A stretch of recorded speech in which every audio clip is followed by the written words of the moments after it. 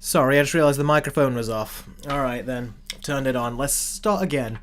I was basically just saying hi to all of you. Jess, Rohan, the Dark Lord, Pop Culture Fan, Saeed, Selena, Rohan, Joshman, Khan, Fireboy, the Dark Lord, Spirit Hero. Selena says, okay, let's try this again. Don't worry, everything should be sorted now, so there should be no problems. The internet has been better with everything that I've been doing, so it should work great with the live stream again now as well. So yeah, watching you guys all reacting to the fact that you couldn't hear me. I know, I did catch on before. There's a lag between when you send me messages and when I receive them, so I realized myself I turned the microphone was off, so I put it back on. So yeah, Robin says, hail Captain Eric. Rohan's like, that's better. So yeah, the mic's back up. Oh, Elite, great to see you here, buddy. Okay, the Time Shadow, great to see you as well. So nice to see all of you here, and I feel very confidently that this will be a very stable live stream, so don't worry, everything should be fine. And if, as ever, if there's any problems, you guys can let me know. But everything should be working fine. The Dark Lord says, you had to drop the mic there, did ya? I know, you guys must have been afraid, like, uh-oh, is something going on with the stream again?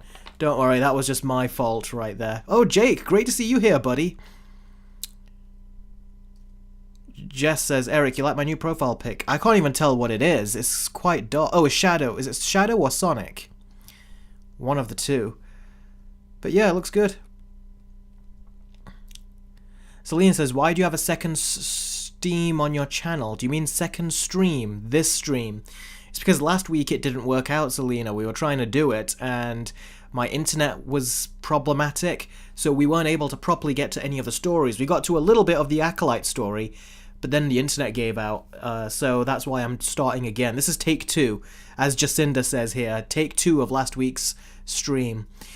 Oh, it's Shadow, Jess. Okay, that's good. Classic Brickman. It's great to see you. Fireboy, JWK. Manola is here as well, so fantastic to see all of you here. It looks like you're all ready to have another stream, and hopefully for this time for it to go down even better. Again, I sincerely apologize for last stream, but it was an internet problem, but we've got it sorted, so don't worry about that. Everything should be all good now. So that all feels nice, that we've got a stream going and there's no problems. Dead Wolf says, hope it won't glitch again. It shouldn't, don't worry. We should be back to our usual programming right now. The G-Game says, outside of Sonic 3 trailer, were there any other news that happened this week? Well, someone who I follow with some info has said that there's possibly a new Charles Xavier casting, so I'm going to find out what that is, but I can't report back here because that's part of the rules, is that he doesn't like you telling the new info out there. It stays within, his little Patreon circle, so yeah. The Time Shadow says, Eric, I think you missed my super chat last night. I tried to do it at the last minute, but I think it was too late. It probably was, because I always look at the chat when I end the stream, and I didn't catch it, so I don't think it went through. Did it go through on your end, did it? If it went through on your end, tell me what it was. Pop Culture Fan says, somehow Ultron returned. Don't get ahead of me. just you wait. Jim Carrey as Charles Xavier. Let's hope not. He looks like he's doing great as Robotnik, but that's it. I don't want him as Charles Xavier. We had him as the Riddler, remember, in Batman Forever. It went through my POV. Oh, so it didn't come through on my end. Let me know what you said and I'll answer it. Or did you just do the super chat just to keep me on the stream for longer? Is that what it was? The Time Shadow says, I was trying to make it last again, but I think I got too cocky and left it too late. Maybe. Khan says, hey Eric, have you heard that Disney buck truck on what they said to the husband for suing... Oh, backtrack on what they said to the husband for suing them. I heard, but again, I've still not looked into it, so I need to look into it. Oh, Jess has changed his picture again. This time it looks like it's Caesar. Just a £1 to make it last longer. Oh, right. Okay, I didn't receive it, or at least it didn't show on my end, so I don't know if it actually went through. But yeah.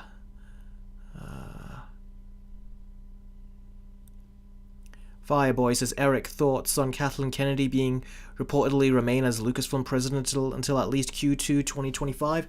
We'll talk about that in the Acolyte story, but they said she was supposed to go this year, so I don't know why her contract stipulates that she stays till 2025, because they said this is the year she's supposed to go. This is the year her contract ends. Hearing a bunch of fireworks. I don't know if you can hear those. It's funny how we're in the 1st of September, and now we're already in the 2nd of September, at least in my time zone, in 2 hours. So, time goes by like crazy.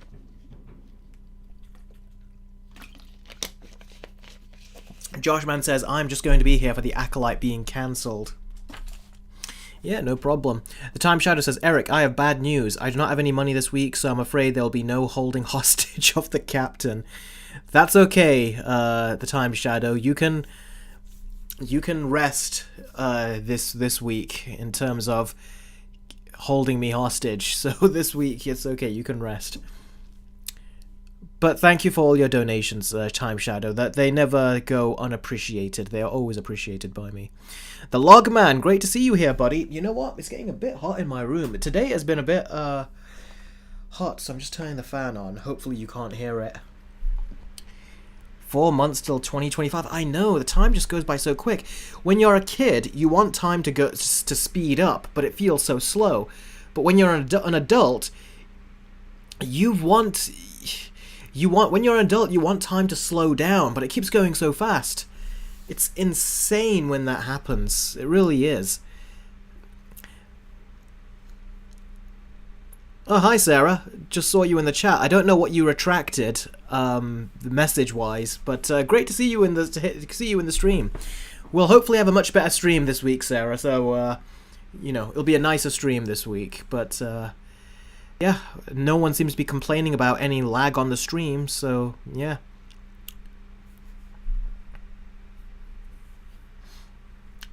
Batman's Gamer says Rocksteady is confirmed to be working on another Arkham game. I don't know if you're talking about another one besides the one I'm talking about today, but let's see. But yeah, Rocksteady, after effing up with Suicide Squad Kill the Justice League, they are going to bloody well want to confirm some new news for people.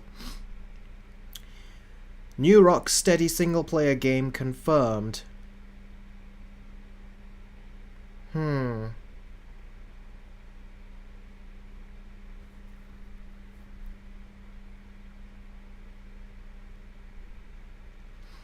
Yeah, the future of Warner Brothers games is in big trouble.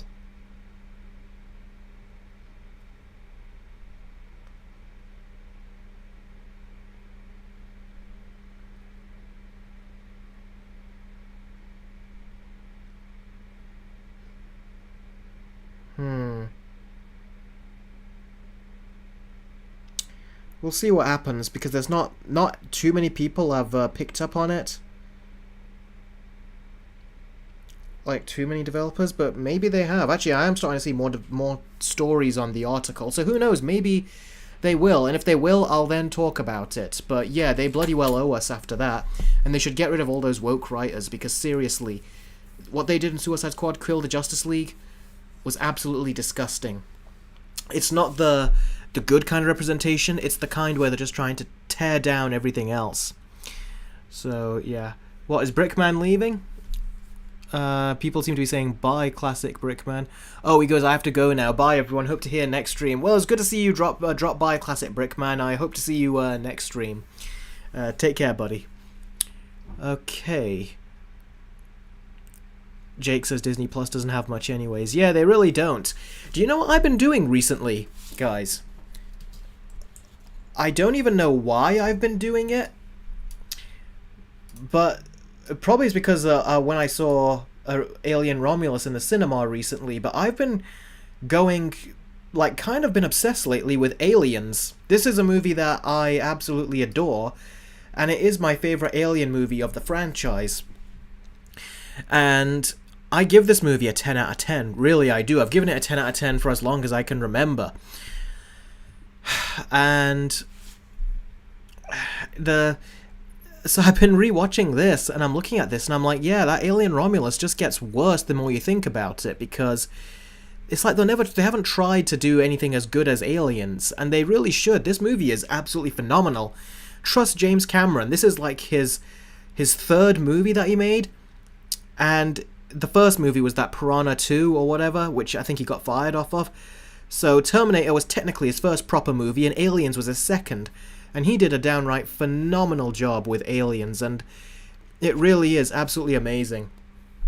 Oh, like, I've been so obsessed with this movie the last few days. I've been watching it on Disney Plus on my phone. Like yesterday, I watched the bit where the facehuggers are coming in, where Ripley goes to rescue the crew, and then the facehuggers come in, when her and Newt are sleeping, and I've just been watching that movie. From that point on, I was only meant to watch that one scene, then I ended up watching the rest of the film on my phone, late at night, with my headphones while I was having green tea. It's insane. I've just been getting so obsessed with this movie. I've been watching some more con interviews, like, the Comic-Con ones. They've always been around, but I've never watched them. But I've been watching those. Seeing Newt as an adult is just kind of like, it just really messes with your mind. And it really shows how much time has gone by. And she was such a cute kid in that movie, and then to see that she's a teacher in real life now, it's bizarre. It makes you feel older in a way, but not as old as they are, which is bizarre. But yeah, and this is a phenomenal movie, and I've been looking at the extended version. I do want to watch the extended version from beginning to end, the director's cut, because on Disney Plus, for some reason, the Alien movies are not the extended versions. They're just the theatrical versions, which is annoying because I think the extended versions are far superior. So yeah, but yeah, I love this movie so much, and I'm so obsessed with it. I've even been listening to the soundtrack as well. It really is phenomenal. Sarah, you've not seen Aliens. Do you know what? On my YouTube memberships, I've got a join button where if you click it, the first perk you go, which is basically $5, but if you select that, I give you 2 perks. I give you trailer reactions and watch-alongs. Watch-alongs are going to be done live. So Sarah, if you've not seen Aliens, if you become a member, and if anyone else on my channel becomes a member, I'll probably, because I love Aliens so much, I'll probably do a watch-along, and we can all watch it together one day. It'd be fun to watch with you guys, and yeah, would you guys be interested in that? A watch-along, and I can talk about it live, and we can both discuss it live together after I finish watching it? That would be definitely a fun one. Maybe this Halloween. I might just do that, actually. So yeah, stay tuned. You're going to definitely want to become a YouTube member. Trevor Bistro says James Cameron made a really good sequel. He really did. Pop Culture Fan says Aliens, in my opinions, is slow in the beginning, but when the first hour goes by, the movie gets started. But I will respect other people's opinions. Thing is, if you watch the extended cut, then yes, in the first hour, it does take a while to get going. Theatrical cut, I think, is better paced in the first hour, but it misses one pivotal scene with Ripley. One very pivotal and important scene, which talks about her daughter. And they cut that out of the theatrical cut, which is not a good thing, I think, because that actually made the movie better. That scene did. Jess says, yes, Eric, if you help me find Caesar, I will watch with you on your watch-along. Miles, now you got Cobra on there, Jess. Oh, Sarah says, yesh. Yeah, you mean yes. She goes, yesh. That's good, I like that you guys like that. Manola is like, sure. Jess says, no, help me find Caesar. Imagine if Disney make an Aliens cartoon show. That would be insane. I don't want to see that, personally. But yeah, okay. Trevor says, yeah, that'll be cool. Okay then, yeah, on Halloween we'll do that. Hi. Oh, where is it gone? Ooh, Sarah says you could do polls on what movies to watch. I definitely will. For sure, definitely. Jess says, yes, Eric, if you help me find Caesar, I will watch with you on your watch. I think I already read that, yeah. I Hate Anime says, it's been a while since I've joined a live stream. It sure has been. Glad to see you back, bud. Time Shadow says, I watched it once, but it was a while ago, and I don't remember much about it. Oh, okay, then we can watch it. We can, together, all of us. Then discuss it and talk about it. I don't get how Eric has got 65,000 subs, but they don't get on his streams. Yeah, the funny thing about my streams is that it might be to do with the time difference, but people tend to watch my streams after they are done, because then they get a couple thousand views. or in my case in the last couple streams they've got more than a couple thousand views, but that's usually how it goes, which is bizarre. But anyway, like I said, when there's less people it means I get to focus on all of you, and I really enjoy that. The G Gamer says, Aliens and Alien, both of them are pretty epic. I recently rewatched them and they are still amazing, especially the chestburster scene and the robot scene in the second movie. Yeah, those were amazing. It was disturbing the first time I saw that as a kid. Jake says, sounds weird, but RoboCop had a Saturday morning cartoon. It sure did. Elite says, I will only stick around for the Ultron story, then I will go, but I will be there for the next stream. Yeah, no worries, buddy. Movie Fan says, yay, it's working this time. That's good. A lot of you are coming onto the stream now and seem to be giving me good feedback on it. So yeah, the stream is intact, as you can see. Okay, then.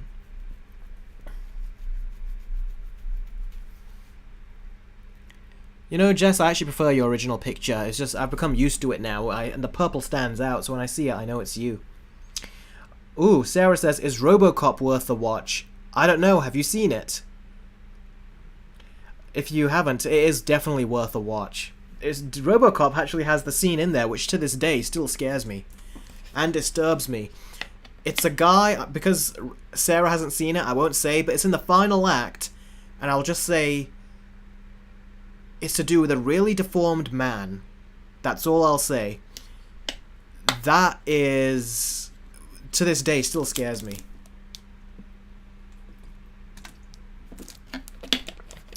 I Hate Anime says, I've recently binge-watched all 4 seasons of The Boys.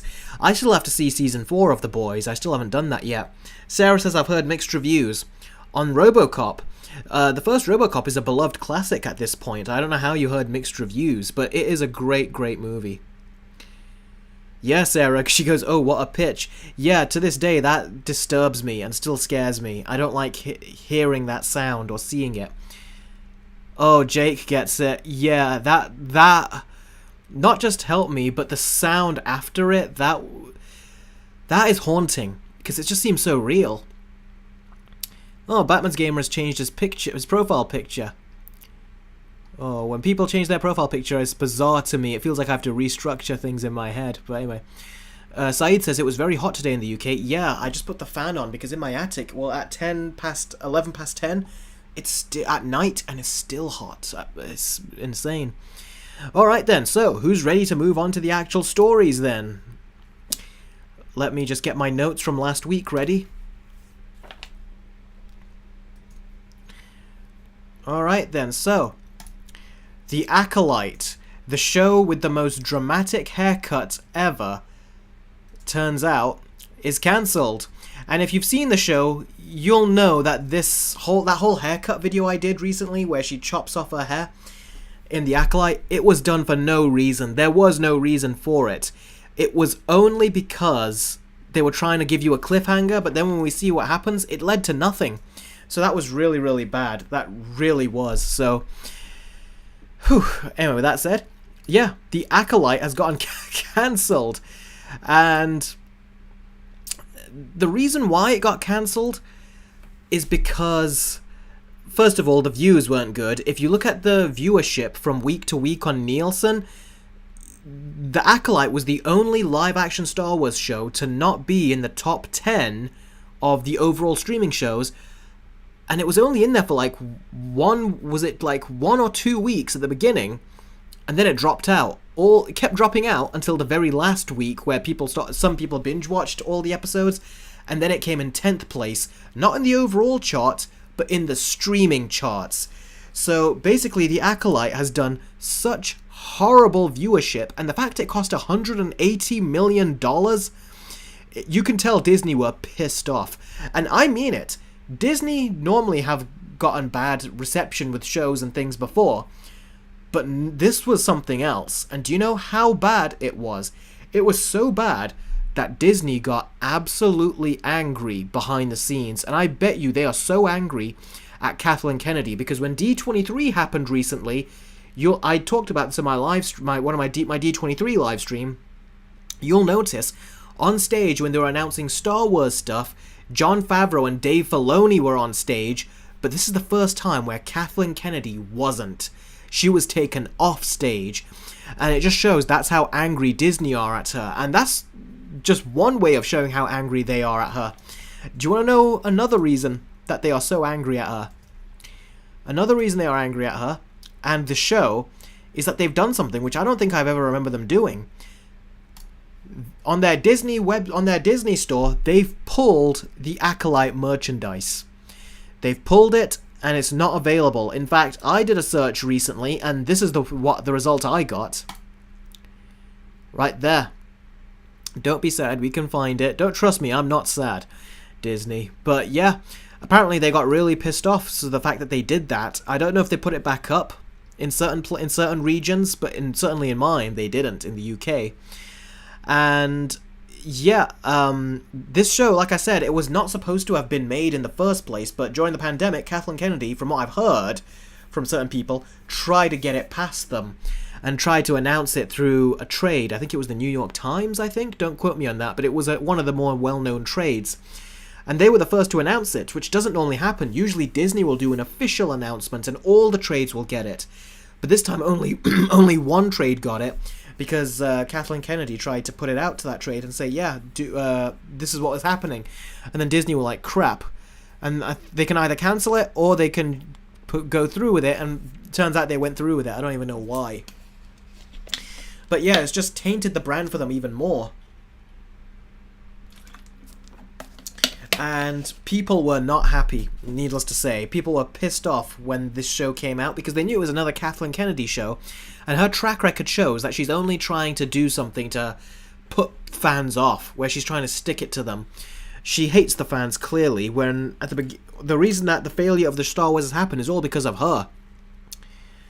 And the G-Gamer has said something here which is very interesting. He goes, for some strange reason, I saw a lot of people on Twitter saying, renew the Acolyte, and I was confused.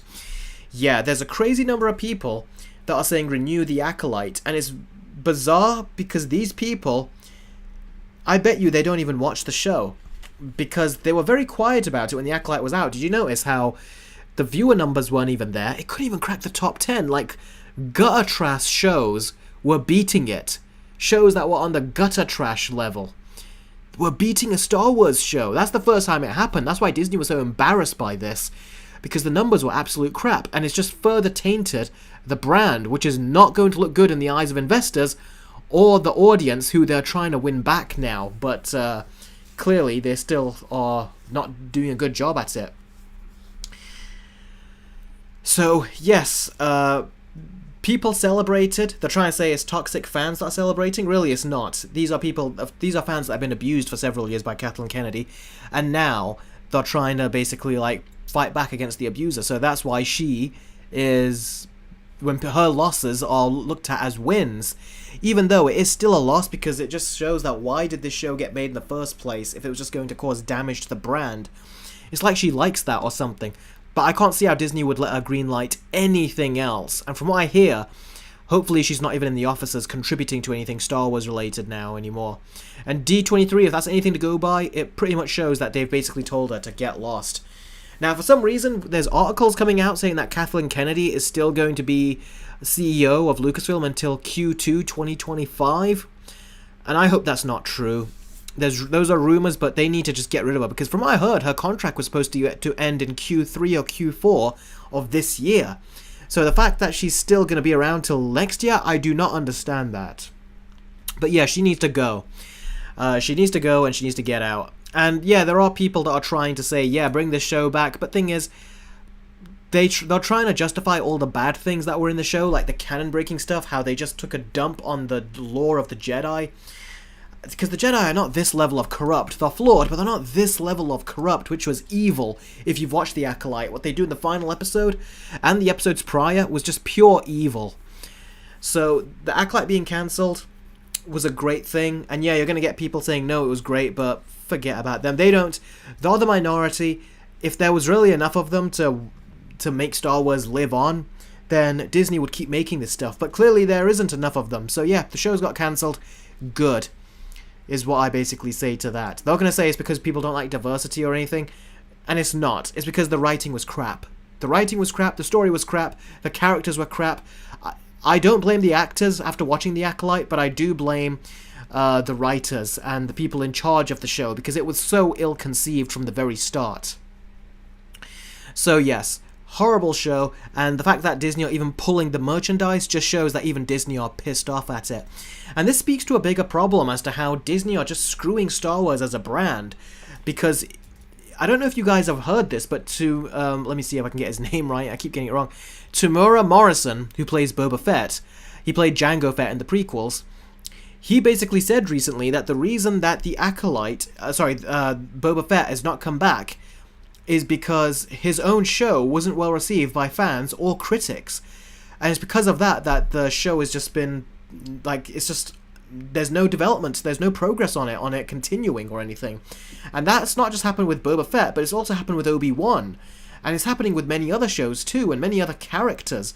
They're just kind of being ignored now, because Disney are just one by one destroying them, to the point where they think, yeah, we can't do anything with this character now, let's move on to something else. So they really are screwing up. Really they are.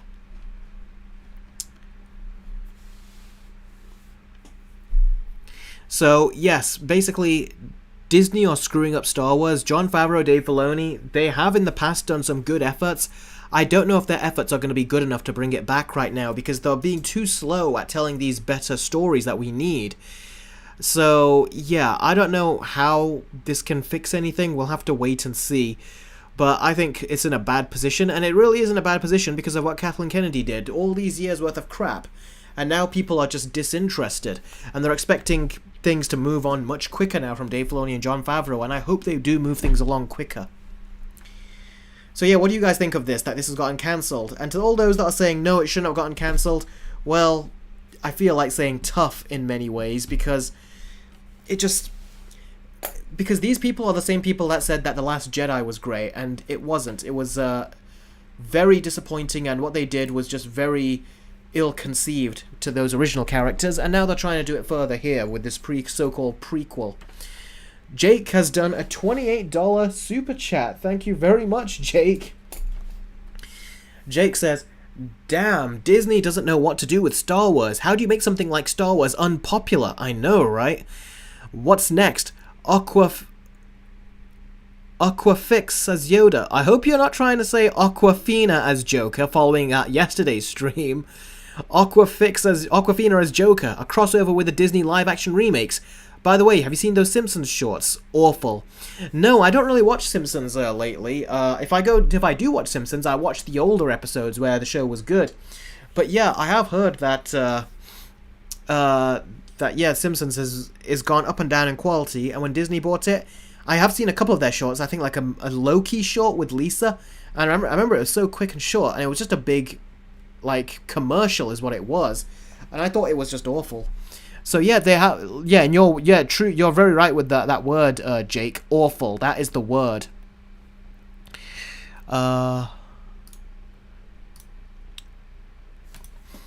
Yeah, it's absolutely pathetic what Disney are doing, and yeah, they're just screwing up left, right, and center. Movie Fan 2002 says, help us, Dave Filoni and Jon Favreau, you're our only hopes. Yeah, I think they are. I think if they mess up, then that is it. It's done. They just need to get rid of Kathleen Kennedy, and then they can move forward.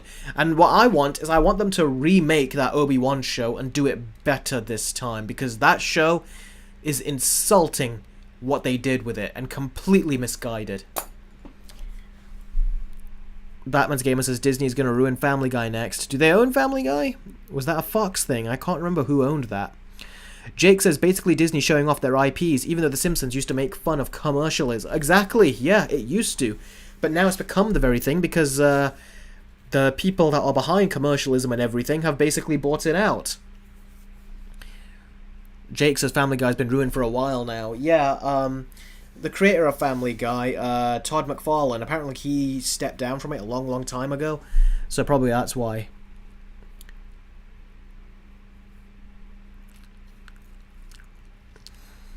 Elite says Disney just sell the Marvel and Star Wars brand because they messed up the brands. In the words of the pitch meeting, without misunderstanding, there would be no plot. That's kind of what I said when we were watching. There were several times I was watching The Acolyte, I was like, if the characters just explained this, it's just in a few words, a very simple explanation, everything would be cleared up. There would be no need for any conflict. but the characters don't explain. And I just said to I think it was my dad, I said to at a point, I said, the show just doesn't have the characters explain what is going on, because if they explained what was going on, there would be no show. So yeah, Pitch Meeting Guy was right about that, if that's what he said as well. So yeah, absolutely atrocious. I hope we never get another Acolyte ever again, says Jacinda. Well, Skeleton Keys does look interesting. I've heard it's very Spielberg-inspired, so I'd be curious to see what they do with that. Although, is the person who's behind that the guy that was behind the Tom Holland Spider-Man movies? Let me have a quick look. Skeleton Crew... It might have been, I think.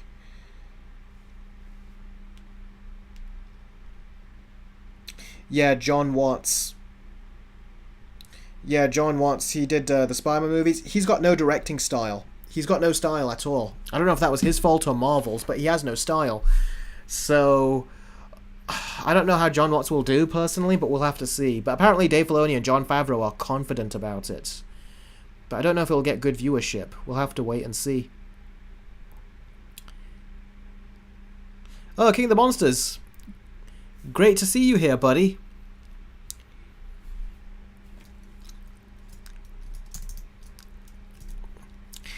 Caesar says, watching Andor recently, and it's 100 times better than The Acolyte, Boba Fett, and Obi-Wan. Yeah, I know. That's because the creator of Andor was done by... Let's take a look, because I know his name. He's worked with Dave Filoni and Dave Filoni and George Lucas back in the day.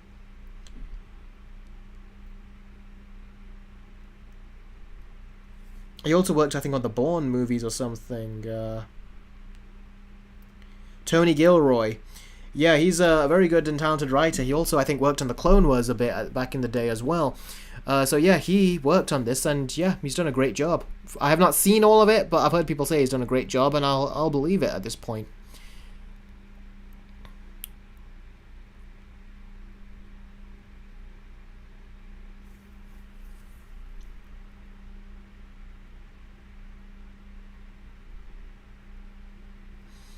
As the intro to Deadpool 2 said, written by, I blame the writers, real heroes my ass. I can't remember, is that what the intro said? I remember it said a bunch of stuff where it was making fun and stuff, but that would be very true if that's the case.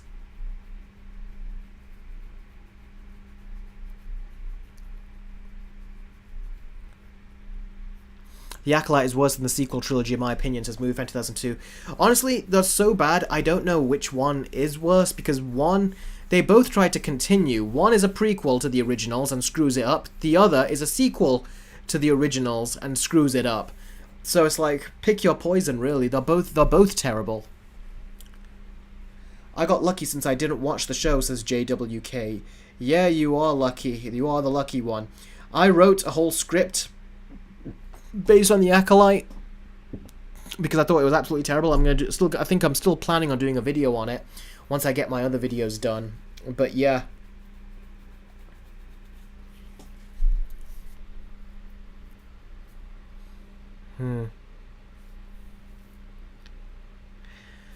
Okay, so you guys have got anything else to say about the Acolyte before we move on to the next story? Pop Culture Fan says the Acolyte is the worst to happen to Star Wars since the holiday special. Probably. Joshman says, Eric, I really do hope that The Simpsons gets cancelled for good because the show is garbage in my book. Garbage. Well, if you just stop watching it, they'll then have to cancel it, won't they? Nanomator says, I'm glad The Acolyte was cancelled, even though Kenobi was the most disappointing show. The Acolyte was simply the worst show made by Disney. Yeah. So they're saying, why is Acolyte cancelled? Well, it's because it did terrible viewership, it did terrible everything, and it cost $180 million freaking dollars. Like, how the hell do you spend that kind of money on a show that looks so cheap?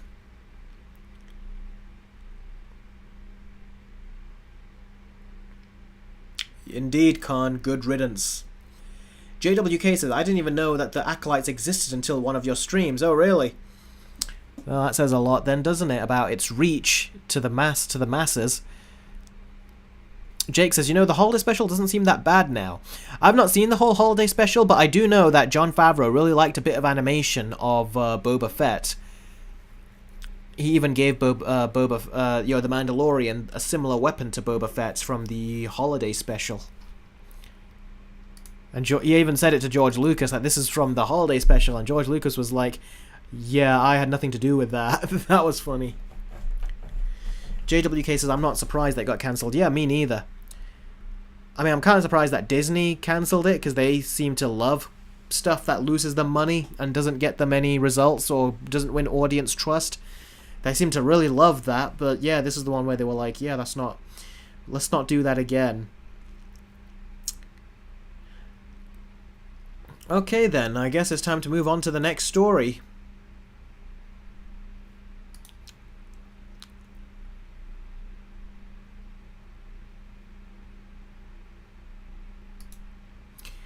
Alright then, the next story is Ultron returning to the MCU. Now, Ultron is apparently going to be in the new Vision Quest show that's going to have Vision in it. And the show apparently is still moving forward. There's been just like... It's just been complete silence on this show for such a long time. I thought they cancelled it quietly, but no, apparently they're still doing it. And they want to bring Ultron back. And to that I say, why? Because they screwed up Ultron in Age of Ultron. He seemed like such an amazing villain in the trailers, like a horror villain, but then he ended up being just a jokey, generic MCU villain. He sucked. He looked scary in the first trailer, but then he just became pathetic in the Joss Whedon movie. In fact, the Sentinels in X-Men Days of Future Past were far scarier, I think. Days of Future Past had far scarier characters in that way. And we got a $2 super chat from MovieFan 2002. Says, Eric, what are your top 10 Spielberg movies? Top 10 is a lot, buddy, and I'm not good with top 10s because I don't know how to organize them. I'll have to get back to you on that one, but I can't answer that right now. That's a lot of movies to think of, and I don't know how to organize them. That'll take a long time to think about. I'll give you my top... I can't give you any top, because I don't know what my favorite Spielberg movie is. I've never thought about that. I'll have to get back to you on that one, buddy. I need to think about it. But yeah, so they're bringing back Ultron. And the reason they're bringing him back, I don't know why, because they've not told us, but they clearly want him to fight Vision again, because didn't he fight Vision in Age of Ultron, and he fought the Avengers, and he sucked, which was such a shame. They're just a waste of a great villain with great powers, and the actor that played him did a great job, but what they've done with him, it was pathetic. So apparently they're bringing the actor back. The actor's name is James Spader, so as you can see, he is coming back, and they're going to use him, which is good, but it's like, well, are they going to let him be a proper villain this time, or are they just going to use him to be a big spectacle with a bunch of jokes, which is what I think they'll probably do. They might cut down on the jokes, but still, it's like they're not going to utilize him in a way that's going to make him a very memorable villain here, especially because Vision is he's just one character. It's like, who else is going to be in this? I've heard rumors that Scarlet Witch might be in it, but at the same time, who cares about her? She became an evil bitch in Multiverse of Madness. Evil. Pure evil. And you can't bring her back after what she's done. But we'll see what happens. But yeah, Ultron has the potential to be a great villain, but I think the MCU are just not smart enough to adapt him that way. So yeah, I don't have trust in them for this, and the fact they're going to bring him on Disney Plus means I think he's going to look cheap, because Marvel are now, as you can tell, cutting costs with their Disney Plus shows. At the beginning, they were spending tons of money because they wanted people to subscribe to the service, but now that not enough people are subscribing to the service, they're now trying to cut down on their budgets, and I don't think they're going to be giving this a high budget, so yeah. And which other characters are going to be in it besides Vision? Why should we care if Ultron is going to take over? If they bring Ultron back, it should be for another Avengers movie or something, but not for just a Vision project. That just sounds like they're just bringing him in just to have a generic villain in there. Like, we just need to have another robot villain, so who should we pick? Okay, Ultron, we'll do that. And James Spader is going to collect an easy check in that way. So yeah, it's pathetic. It really is, I think. They'll never know what you sacrifice. Yeah, that was a stupid line in WandaVision. Made me hate that character. Yeah, Batman's Gamer says this ain't gonna be good. Yeah, I don't think it's going to be. We're gonna have to wait and see, of course, but I just don't have the faith or trust in Marvel that it will be anything worthwhile, if I'm being brutally honest with you.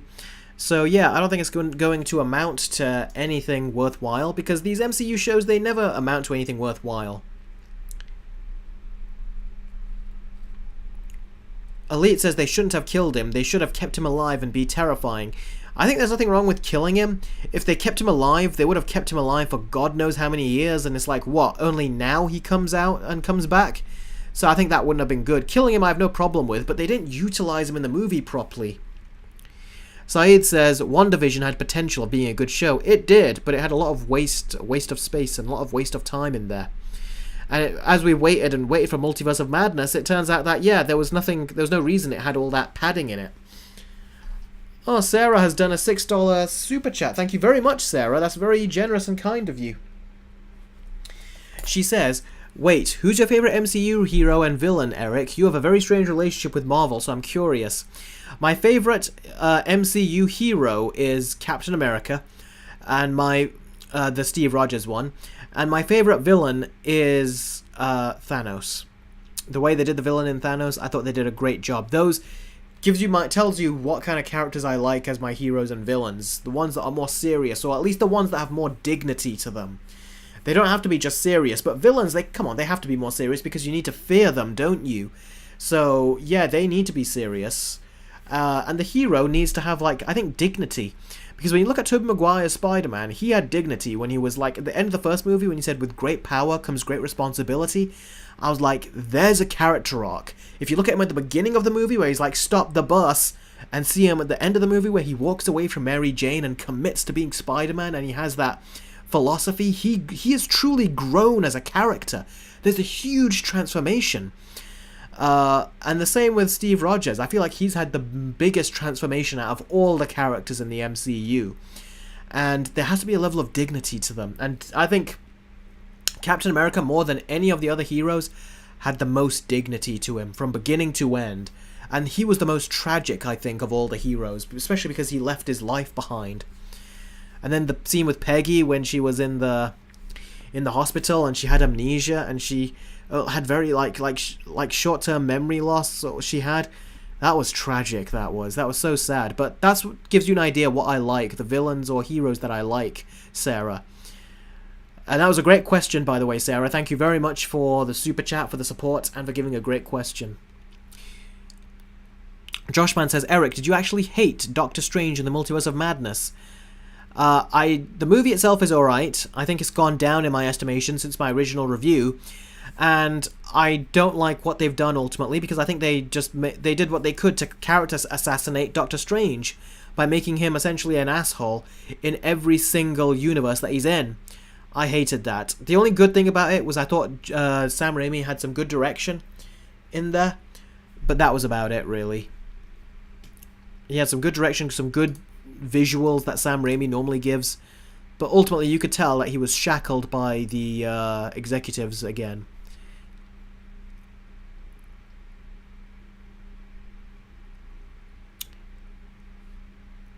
Fireboy says they're going to screw up Ultron again. The same goes to Abomination and She-Hulk. Exactly, Abomination and She-Hulk was pathetic what they did.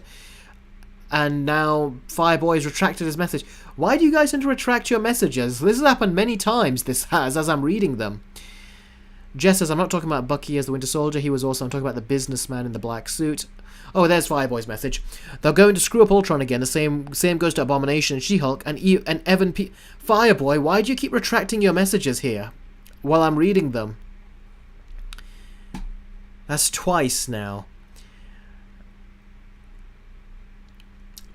Neoma says, that scene with Peggy was sad, but I also hated how he dated someone in the same movie. Did he date someone? That was the Winter Soldier. He didn't date someone in the same movie. Scarlett Johansson's Black Widow kept trying to get him on a date.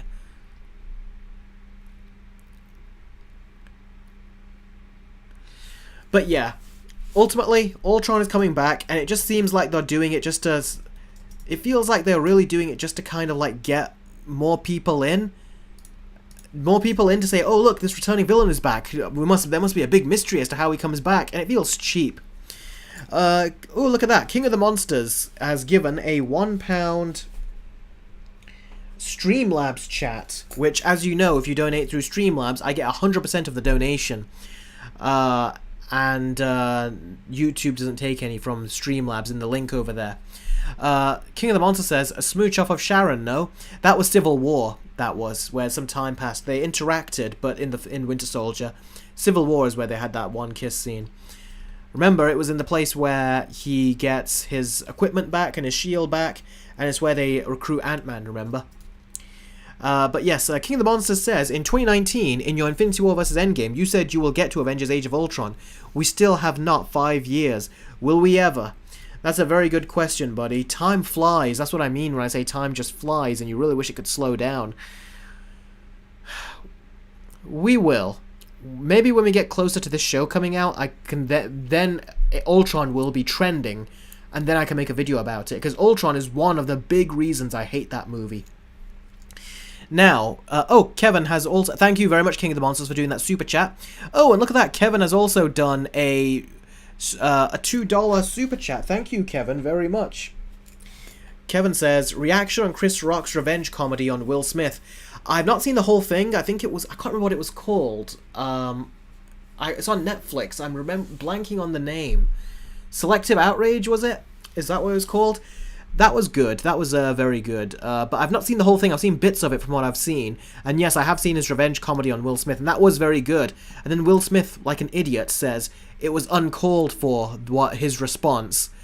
And I thought Chris Rock was actually being compassionate to Will Smith in that little comedy routine. He wasn't just making fun of Will Smith, as he has the right to do after what Will Smith did to him. But he also says that Jada, for cheating on him, hurt him. She goes that she hurt him a lot more than he hurt me. And I was like, that's very fair. That is actually very compassionate of him. But then Will Smith says that was uncalled for and this and that. I'm like, what an idiot. Like, seriously. Will Smith's trying to act like the victim and say that was uncalled for? Well, what about the slap? That was uncalled for. It's like, why are you being an idiot? That's what I would actually say to Will Smith's face. I would say that based on this, that is just an idiotic response. So yeah. And let's see here. Crazy Cat Lady says, isn't Ultron part of Vision's story? Maybe that's why. Maybe. We'll see how they tie it in. I think it's just cheap, if I'm being honest with you. I bet you that's why they're doing it. And Jake has done a 100... Jake, I don't even know what to say here. I keep saying this, but it's true. A 140 Canadian dollars donation. Jake, you are way too kind. Seriously. I almost feel guilty when you do donations like this. These are so generous. Elite says, Jake is insane, bro. Jake added always again. Dark Lord's like, oh god. Time Shadow's like, Jake. He's done it again. Spirit Hero's like, holy shit, Jake. Let's go, Jake, says the Time Shadow. Jake has basically overtaken the whole stream, the whole live chat. They better not make Vader twerk. Oh boy, what is someone saying that in response to? Elite says, you are insane, bro. Jake is again like, thank you. Man, thank you, Jake. I think this is probably the biggest reaction you've had in the chat, and that's saying something. Okay, let's read your question, Jake. Thank you, Jake, very much. Jake says, I kind of forgot about Ultron, to be honest. See, that's a problem. Ultron's supposed to be a great villain, especially with the actor they hired to play him, with his skill sets, and the powers that he possesses. The last thing he should be is forgettable. And Jake says, anyways, imagine if they had Darth Vader twerk in a Disney Plus show. Yeah, I would not want that. I think that even they wouldn't be crazy enough to do that. But do you know what? If they got those same writers from She-Hulk, probably they would actually have the nerve to do that. Or to get Ahsoka to twerk, they probably would. Pathetic, those writers. So-called writers. If they're a writer, then I am a master magician. If they had Darth Vader twerk at a Disney Plus show, it wouldn't surprise me at this point. The MCU feels like a TV show past its prime. Anyways, I think the MCU feels like a TV show. Yeah, I think that's a good way of putting it, Jake. That I feel like a TV show past its prime, where the show starts to decline. Although I feel like they're kind of, in some ways, getting worse. Because, come on, who would have thought that She-Hulk would be as bad as it was? And then to see stuff like, Agatha come all along, which looks like it's just nothing. Oh, it's just bad, bad, bad. Jake says, anyways, I have a feeling that they'll make more R-rated MCU films due to Deadpool. Yes, they will, but only for the R-rated characters, which is kind of what we always wanted, so they'll make more R-rated stuff, but at the same time, we know that 20th Century Fox and Hugh Jackman and Ryan Reynolds knew how to handle the R rating, and that's because they come from Fox. They handle the R rating very well. Disney Marvel, the MCU, they just have Echo to go off of as their R-rated project. And that was a terrible utilization of the R rating. So, they can make R-rated stuff, but I don't trust Marvel to do it well. Straight up, I just don't. And Jake, I can trust you to do it well, though. Thank you very much for that super generous donation. You are way too kind to me, Jake. You really are. Where's Sarah? She said something here. I'd like to talk more about... be a part of this discussion, but I just know too little about the MCU to comment. Okay, let's try to bring you in, Sarah. So basically, Ultron is a villain who can basically control all of technology. He can control basically like the whole system that we have when it comes to people's bank accounts, when it comes to technology, maybe even missile launchers and everything like that. He has access to it. He can control all these digital computer systems, and he can do whatever he wants. Heck, he can even shut down Tony Stark's whole technological facility. His Iron Man suits, his technology. He can shut it all down. He can basically turn the world from being digital to analog just like that. He can just drain it all of its power. He has so much power in him, but in the final movie, they nixed him. They took a lot of his abilities away, and they just turned him into a big metal man to fight. That was really it. That is what I think was bad about Ultron, is they did not utilize his abilities properly, and it's like Marvel just turned him into a jokey villain instead of making him this really scary, almost Skynet-like, kind of like Terminator robot, which is what they could have made him. But basically, they screwed it up and they didn't do it well, Sarah. That's what I mean by that. So yeah, that's basically what went on, Sarah. Yeah, she goes, what? I hope you by that you mean that what they did is stupid, not I still don't understand you. Which, if it is, I apologize. Don't worry, we'll go on to another story soon. Then we'll have the Q&A session. Eric, you better praise my movies now, says Michael Bay. Oh, the Michael Bay? Okay, I know it's not really the Michael Bay. Let me bring this image down a bit because I think it's covering my face a bit. So yeah, it was just bad, very bad. So guys, what do you think of this story? Are you looking forward to Ultron coming back in this upcoming TV show, or do you think it's the wrong project to put him in? And do you think they should have got him right the first time? I think if they want to bring him back, it should be in an Avengers movie. And basically, it should be a movie where he basically, wreaks havoc. But I think they've also lost their chance, because you can't take him seriously no more. Batman's Gamer says, I miss Hydra. I miss Hydra too, buddy. That was the time.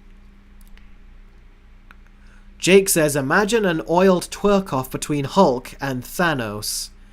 Yeah, I don't want to imagine that. That sounds like the most scariest thing I think I've ever heard of any MCU project. Well, almost. The twerking was not good, wasn't it? Sarah says, no, I understand. I just feel like that character could be used in such creative ways, but was just a completely wasted opportunity. Okay, now you're basically on the same page as us. That's what we thought. A character that was so powerful could, just disable the entire digital system, basically, that we all use with technology and everything, and they didn't do any of that. How It Should Have Ended did a very good thing with their How It Should Have Ended as to what they should have done. You know, how Ultron could have just beaten them. And yeah, they didn't take advantage of it. And yes, Sarah, you're right. At this rate, it is just sad.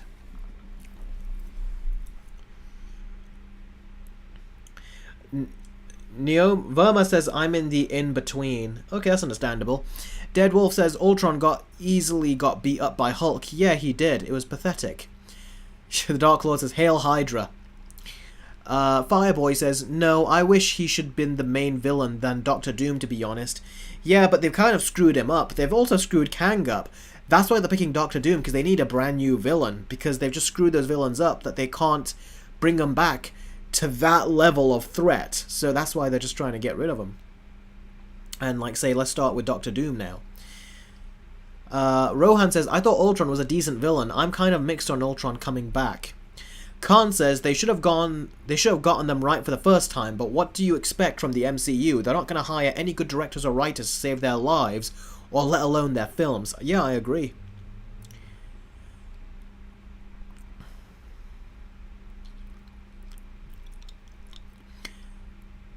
Okay, it says Michael Bay, but I know that's really Jess. Jess, I like the Apes movies. They're very different to Michael Bay movies.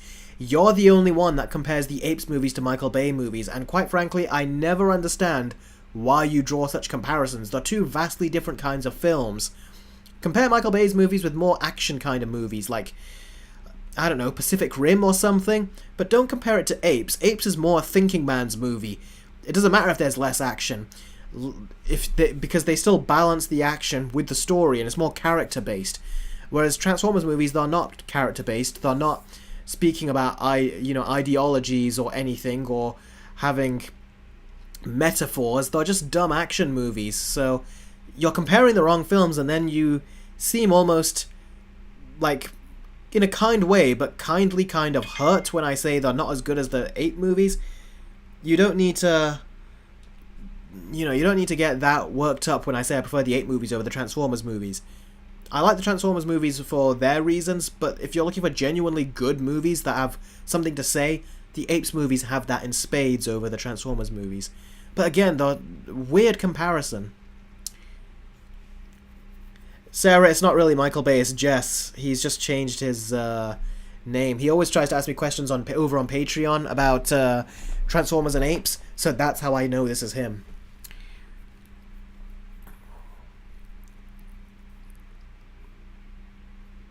Jake says Ultron should take control of TVs and computers around the world. Exactly.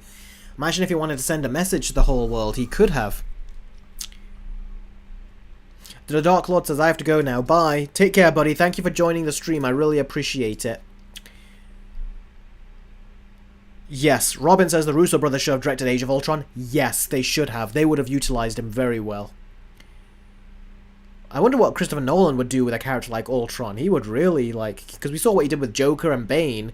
He would... so I think someone like Christopher Nolan could really make Ultron frightening and terrifying.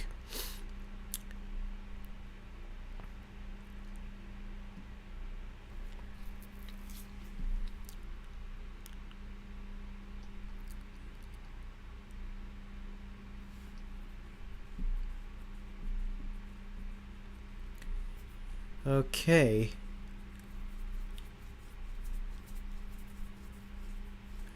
Jess says, Eric, I'm sorry, I will stop. It was supposed to be funny. Yeah. No, it was funny, but at the same time, I know you do feel strongly about the Transformers movies, and for some reason you feel strongly about them being compared to the Ape movies.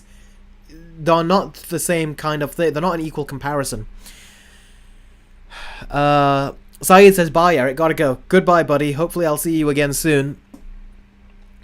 Okay, Ultron was way better in Avengers Earth Mightiest Heroes. I've heard people say that to me as well. Honestly, I think the next Avenger animated film did Ultron better than an Age of Ultron. I haven't seen it, so I'm not entirely sure. Gary Loke says, I thought the way Quicksilver died in Age of Ultron was dumb. He could have just pushed away Hawkeye and the girl. Yeah, or he could have done what the better Quicksilver did in X-Men Days of Future Past.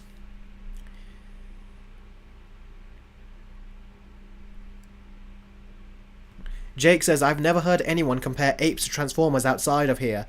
Yeah, well, enter Jess. Jess has had a lot of conversations with me over on the Patreon inboxes about comparing Transformers to Planet of the Apes, and we've had a lot of discussions about it, and it's always kind of puzzled me. It's like, it's hard to compare because they're both different movies, but it's like, if you're going to compare which one's better, of course it's the Ape movies. Sarah has done a $6 super chat. Thank you very much, Sarah. Let me write that down. And Sarah says, who's your favorite director, Eric? My favorite director right now is Matt Reeves. Because I love all of his movies. Not the rom-com he made in the 90s. I've not seen that. But going from Cloverfield, which I didn't like when I was younger, but watching it when I'm older, and I've had my monster movie fix, I was like, okay, let's look at this different interpretation of a monster movie, and I really enjoyed it. He did great with Let Me In, he did great with Dawn of the Planet of the Apes, War for the Planet of the Apes, and now The Batman. He's done great with that, and I'm really a big fan of Matt Reeves. Tyler said it. He goes, Sarah, it's Matt Reeves. He said yesterday.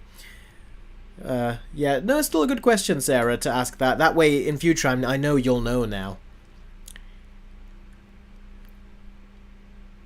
Time Shadow says Sarah is at it again. Yeah, Sarah and Jake are both the donation king and queen on this channel. They really are. Batman's Gamer says, what's Let Me In? It's a movie with a vampire girl and this little boy, and it's kind of like a twisted romance, friendship kind of film. Pretty decent. It's a remake off of a foreign film of a similar name. It's called Let the Right One In. And the same cinematographer he got for Let Me In is the same cinematographer that he has for The Batman. And the movies look very similar. He even has the car flip going on in Let Me In, which he brought over in a more expansive way in The Batman, when the Penguin's car flipped over. Movie Fan says, is it new Arkham time? Almost. Jake says, well, this version of Quicksilver was forgettable. Fox did him better. Yeah, Fox did do him better. Way better.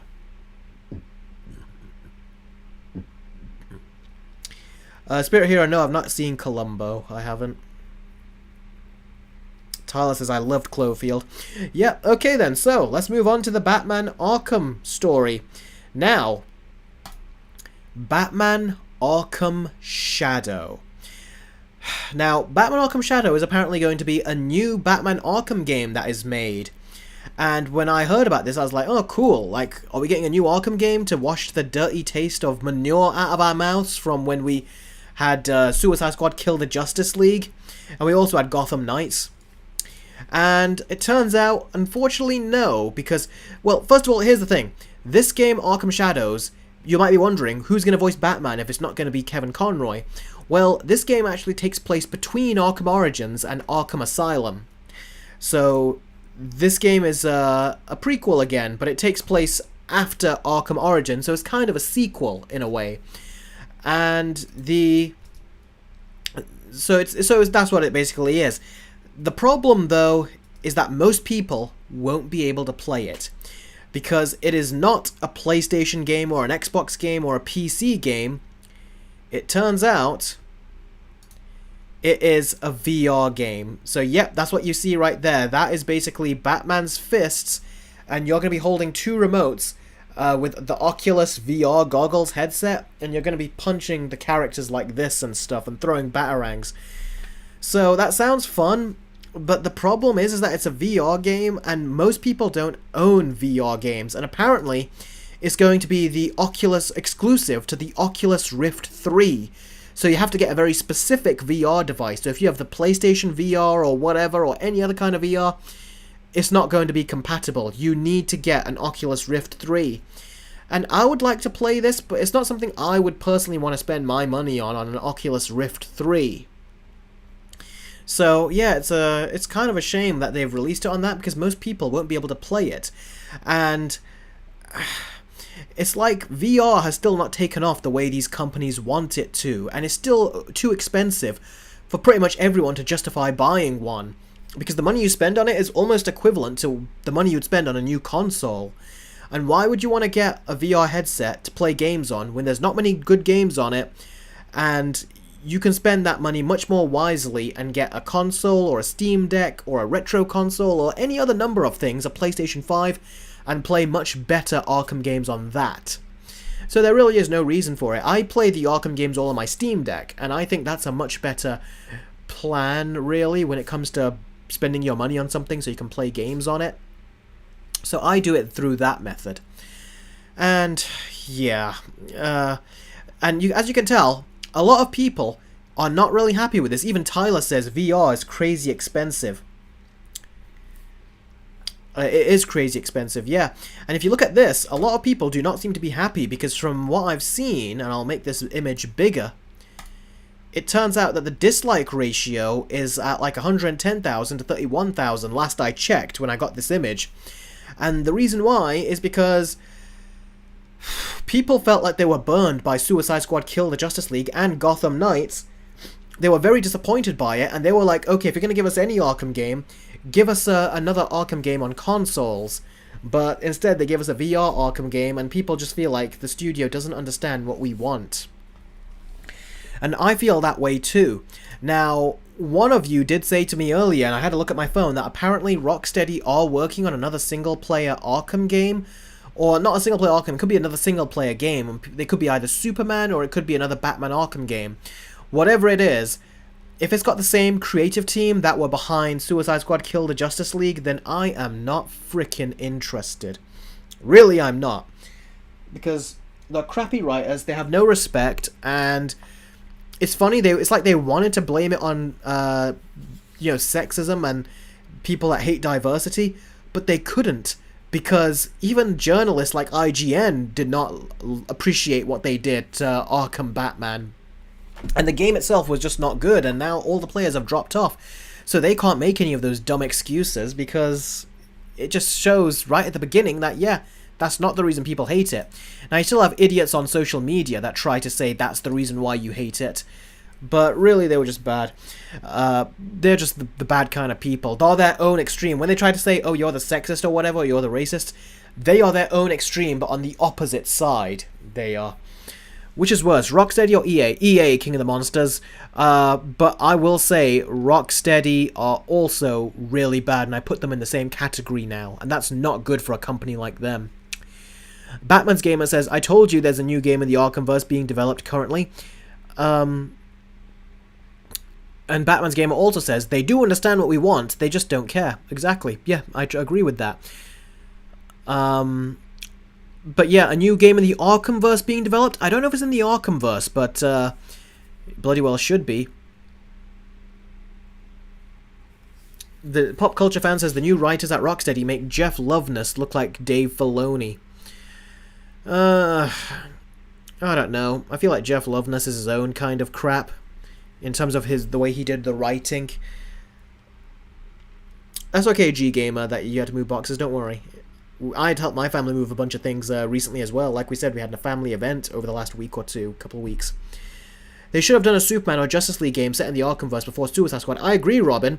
And if they did, Kevin Conroy would have done the voice in it. It would have been his last vocal performance, since his passing.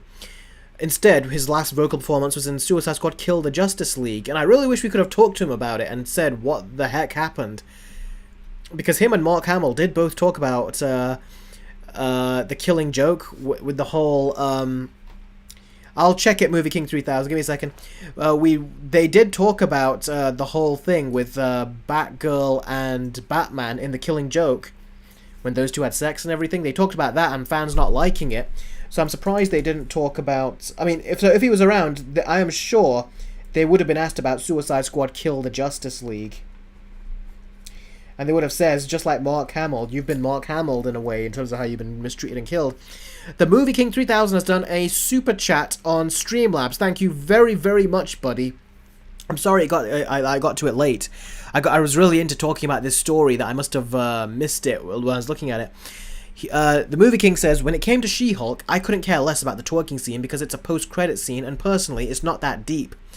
My problem is that the show fumbled an easy play because this show could have been great if it was given better writers. Yeah, I agree. For me, there was 3 things though about that twerking scene. 1, it was so stupid, I can't believe they put it in. 2, the VFX artists we know are being abused down there and told to work over hours or else they'll be fired, and they're being called in on their days off. So imagine a VFX artist saying, I got a day off, but then they're called back into the office to do the effects for a mid-credit scene of She-Hulk twerking. And it's because of that, the VFX artist was overworked. For a piece of crap scene like that, they could have just cut out. That's the second thing that annoyed me. The third thing that annoyed me is that the effects for She-Hulk were so wonky. And the VFX artists, they noticed that we haven't got enough time to get this work to look good. They are very talented, but they're not given enough time. So what they should have done, instead of telling them to work on that crappy twerking scene, was saying, okay, the effects that you have worked on, have extra time now to refine the CGI in that. That's what they should have given them. Instead, what did they do? They said to them, here, work on a twerking scene. You haven't got a day off because you got that twerking scene to work on. It was a pointless scene, not just in terms of quality control, not just in terms of dignity, in terms of what Marvel are funding and putting out there, but also for the VFX artists. It screwed them in every way possible. And also, we were looking for dignity from the MCU, and what did they do? Spend so much money on a character, one of the MCU heroes, twerking. And that whole Megan Thee Stallion thing felt like it was just... It's like they paid for her just so they can bring her in and say, look, we got a celebrity here. It felt like the show was sponsored by Megan Thee Stallion, who's known for twerking. You go, girl. Empowerment. I thought it was so silly. And so that's why, Movie King, I was really annoyed with the twerking scene. There were so many reasons. And again, another reason was we kept asking the MCU, can you have some dignity? Stop with the silly jokes. And what do? They did another stupid joke. It was meant to be a joke, and I don't even know, it wasn't just a joke, it was also just something stupid they put in there just because. And then they tried to make it an empowerment message with the... It was just so stupid. But yes, it does deserve better writers, the Movie King, and it's because of that I don't want to see bloody She-Hulk no more anymore, because of that. And they got a great actress to play her too, but they ruined it. And they ruined Daredevil in there.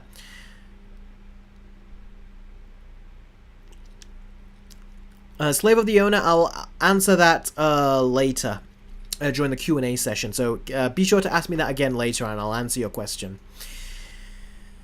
Oh man, my voice is kind of giving out.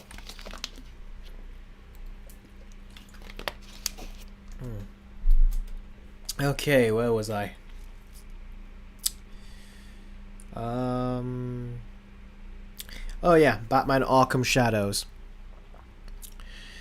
No, Big Bash, it's not the Q&A segment yet. We're still talking about Arkham Shadows. I was just answering a Streamlabs chat from the Movie King 3000. That's what I was doing right there. Okay. I was going to move on. Then we got Batman's Gamer, who's done a $5 super chat. Thank you very much, Batman's Gamer. Who says, you hear James Gunn praise the VFX artist's work with his Superman movie and took a stab at Marvel. He didn't take a stab at Marvel. People took what James Gunn said and were like, hang on, James Gunn says the reason why that their movie is finished filming, but it's not coming out until a year later, is because he wants to give the VFX artist the extra time to work on the movie. That's what he said. Meanwhile, Marvel, they just started shooting the Fantastic Four, and like I said, they've just started shooting it, and the Fantastic Four is not coming out until one whole year from now. So basically, James Gunn shot his whole movie, spent a few months shooting it, and now he's giving his VFX artist a whole year to work on the VFX. Marvel, they just started shooting, they haven't even finished shooting yet, and they're giving their they're not giving their VFX artists less time to work on the VFX. So by the time they finish shooting Fantastic Four, the VFX artists might only have 9 months to work on the effects, whereas James Gunn has given them a year. A year, and also more, because I'm sure he must have been giving them, when most of the movie was filmed, he was giving them some effect shots then to work on. So he's doing a great job. That's how you're supposed to do it. Matt Reeves also does that. So does Denis Villeneuve, who did Dune and also did Blade Runner 2049. And you can see it in their work. But when you look at the MCU, they don't give them that much time, and they clearly have still not learned anything. They're still abusing their workers and not giving them enough time, even though it became a controversy, and you think they would have tried better, but they're not. They're still screwing around. But good point, Batman's Game, a very good point. And Jess has also given a $5 super chat. Thank you very much, Jess. Jess says, hey Eric, Optimus Prime can fight. He's strong and protects humans, unlike Caesar. He just avoids humans and doesn't fight. Sam is funny than Will Rodman. Rodman. What are you saying, Sam? Are you saying Sam is funny compared to... Who's Rodman? Did you spell that right? You're saying Sam, so Shia LaBeouf's character is funny compared to another character. I'm not saying Optimus Prime is not strong and he can't fight. I'm just saying Caesar I find a more interesting character and a more interesting leader. He's got more... There's much more at stake with him and his apes and the relationship that he's trying to maintain with the humans. And he's also lived with humans, grown up with humans, so he's like a bridge. He's the only ape that understands the humans as much as Maurice does. Even Maurice said to him in the beginning of Dawn of Planet of the Apes, when he congratulated him on having a son, he says, "I've never known the humans like you have. I've only seen their bad side," he said. So there's far more going on with Caesar than there is with Optimus Prime. At least in the Michael Bay movies.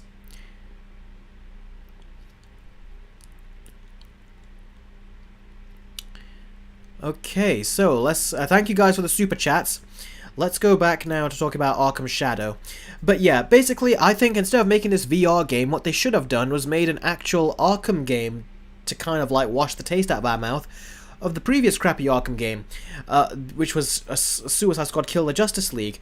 Because the Batman voice actor they're apparently getting for this Arkham game is the same voice actor that they had for Batman Arkham Origins. So I really wish they would have brought him back, because he did a very good job of sounding like a young Kevin Conroy. And I really wish they would have brought him back so he could come in and voice the character and give us some of that Conroy edge. That's what I really wish they would have done. But yeah, unfortunately, they've moved away from that, and they're doing a VR game, unfortunately. Seriously, a VR game? Why? Why? I do not understand them when they do these choices. Choices like this. So bizarre.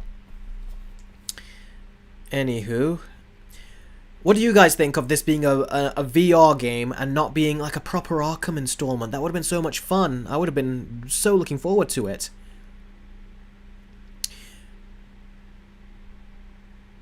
Jedge, MSM, DM, I'm sorry, that looks like you slammed your keyboard, unless there is something there and I'm not seeing it, but I can't read that. But I'm sorry, I'll call you, I was gonna call you Jedge, but that doesn't sound good, does it? I'll call you Jay. Jay says, I don't want them to make another Arkham game. I don't trust them. That is a very good point. I don't trust them either. So maybe, yeah, it would be a taint on the Arkham line. It's all for money, says Spirit Hero. It's like, yeah, it's all for money. Then why aren't they making what we want? It's like, why are they trying to make something that they know the fans will hate? Unless they know and they just don't care and they want to. Which probably is what they want to do, maybe. I wouldn't be surprised. Killer Justice League is not canon, says Big Bash. Is that your opinion, or is that what they say? But I will say I agree with you, it's not canon. Did the characters end up being clones or something? Someone said something to me once about one of the recent DLCs. This is stupid, says... oh, where did that comment go? Who said this was stupid? This is stupid, says MovieFan2002. It's cool to do a Batman VR, but not one set in the single-player Batman Arkhamverse. I don't mind that being set in the single-player Batman Arkhamverse, because there was a Batman VR game that came out years ago. I think it was one of the first VR games, maybe, if I remember correctly. And that one wasn't very good. It's quite glitchy. This one looks more intact from what I've seen. It looks pretty cool. But I'm still not sold on VR that much as a concept. I still think it needs a lot of work technologically to get better. Big Bash says they like losing money. It's not that, but I don't know what. I really don't know what they're playing at. It's like they think they're genuinely good people, and by doing this, killing off Batman the way they are, they're somehow defeating the patriarchy. Because Harley did it, and she also told him off before she did it. And it's like they didn't care with the way they did it.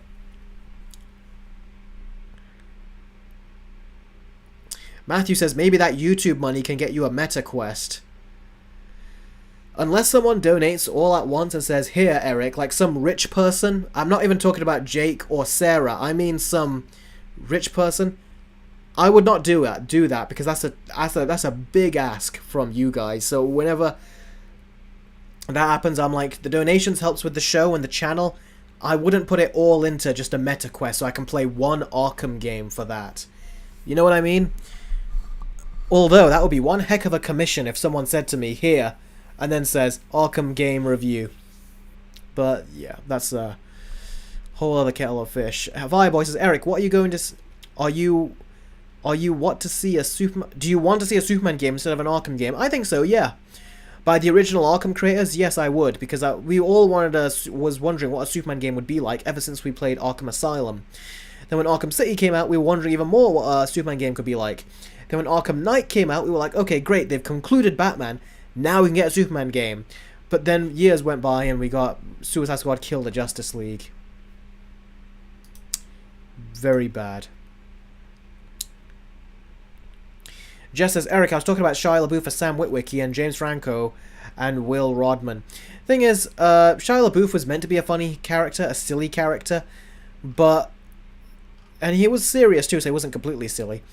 But James Franco was a much more charming character in there. Minus James Franco, what he is now and all that, but he was a much better character that they had written, I think, than Shia LaBeouf in Transformers. Batman's Gamer says, just make an Arkham Shadow video based on what you see from YouTube. Yeah, but if you've not played it, I can't review the gameplay element. Because seeing it in VR is far different to seeing it on a screen. That's not at all what you see when you play on VR. Okay, so anyone got any more questions about this? After that, what we'll do is move on to the Q&A session. Robin, James Gunn debunked that. There is no Arkham game no Batman game being made based on Matt Reeves' Batman universe.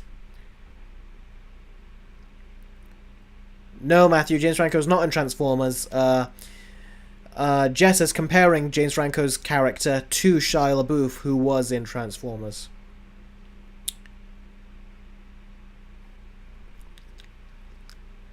GTU Studios, are you going to do a reaction to the Sonic Movie 3 trailer? That's on my Patreon, and if you want to see it, go to my Patreon, or become a YouTube member, and you'll see my trailer reaction, which was a very positive reaction, and you'll also see all my thoughts on it as well as some versus ideas that I have for it, which I talk about in there.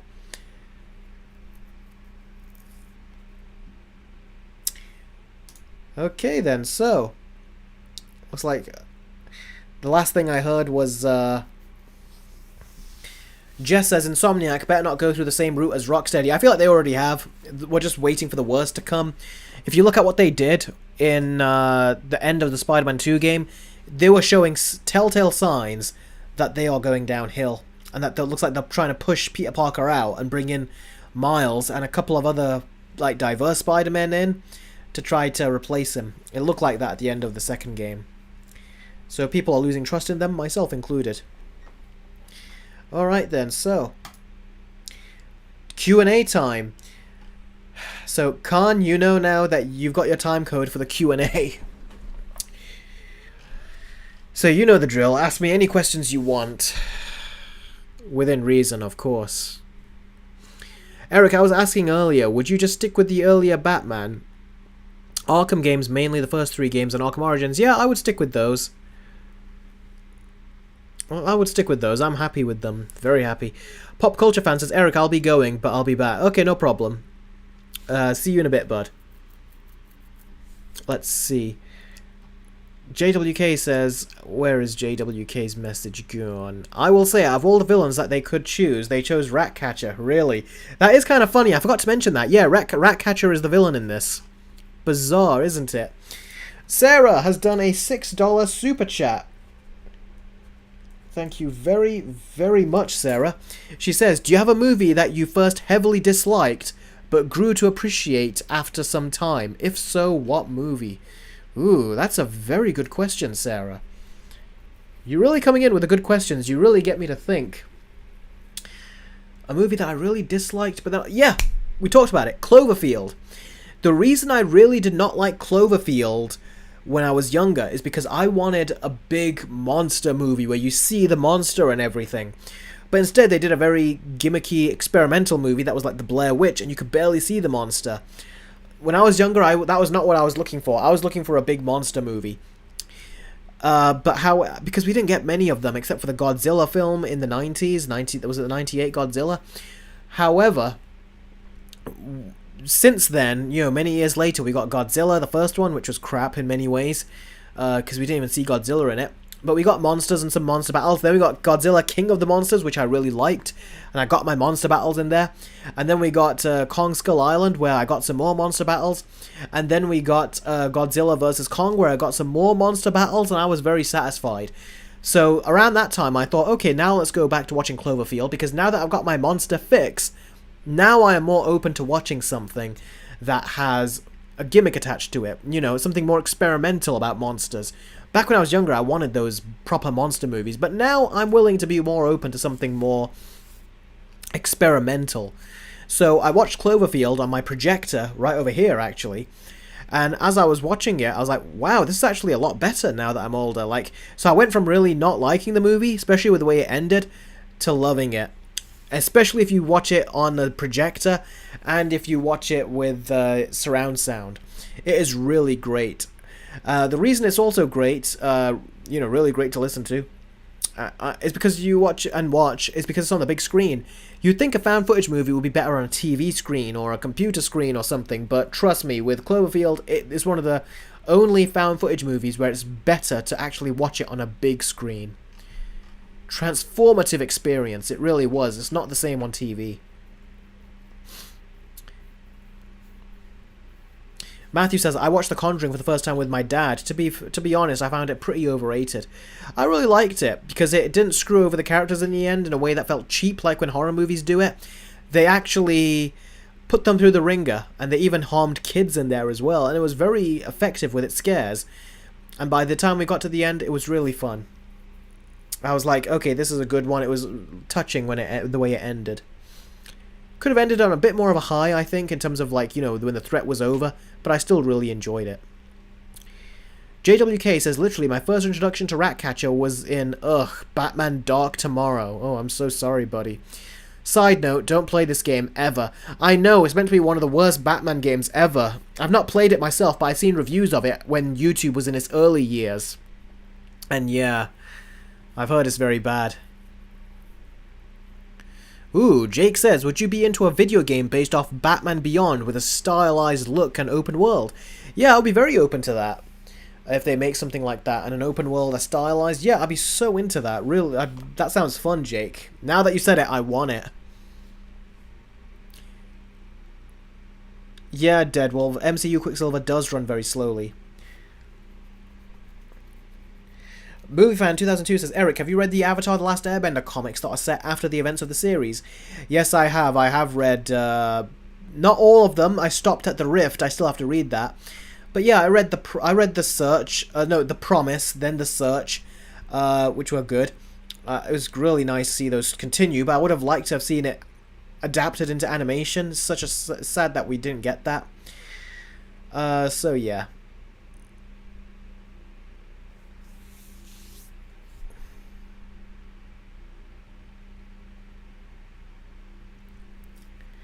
The G-Gamer says, Batman Beyond skin in Arkham Games is the closest we will get to a Batman Beyond game. Yeah, so far at least.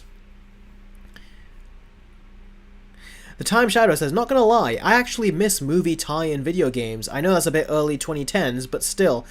No, I do miss them too, to be honest. There was something about a movie coming out and then a movie tie-in game coming out. And not just that, but there were many movie tie-in games for, like, consoles, for PC, then you'd get different ones for the Nintendo DS and a different one for the PSP if you were lucky, because the PSP for some reason was very averse to getting a lot of titles that would be multi-platform. Then you get a specific one for the Game Boy Advance. It was so fun, it really hyped up the game release. The last one that really happened for me on was Spider-Man 3 back in 2007. I loved Spider-Man 3 for the Nintendo DS. It's a fantastic game. Matthew says, after me and my dad watched The Conjuring, he said he wanted to see an Annabelle movie. Yeah, I've done Annabelle 1 versus Annabelle 2, I have, Matthew, and Annabelle 1, not a good movie. Annabelle 2, much, much better movie, so definitely watch that. Trust me when I say you'll definitely want to. Holy moly, Sarah! What have you done? Oh boy. Jake, Sarah is, I think, the only person besides you to do a big sum like this. Darn it, Sarah. That is... You and Jake literally are like the top, like the only two, the top two in terms of donations, man.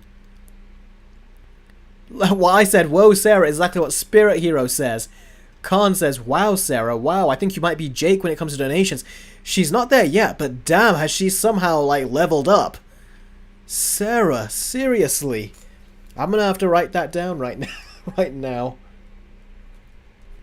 And then if I can see things, if I can see clearly after that, I'll answer your question. Your question, man, Sarah.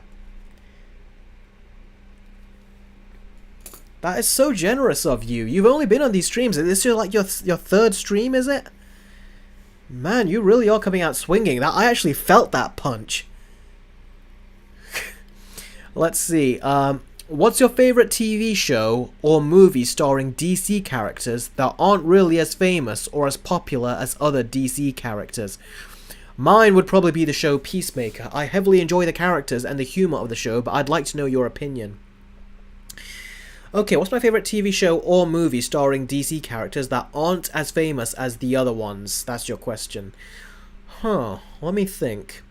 I do really enjoy Peacemaker, but I'm trying to see, is there another? Because the only ones that I've seen are the ones that... I mean, Arrow, Green Arrow was technically not a main hero, so you could say Arrow, the first 3 seasons at least.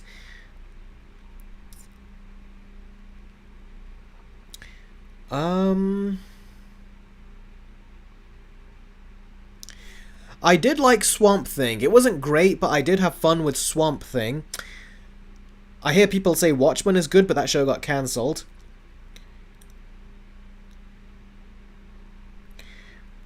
The Flash, I would say, probably is more well-known.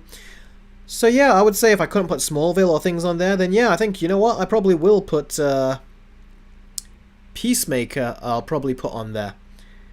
Peacemaker was a very good one.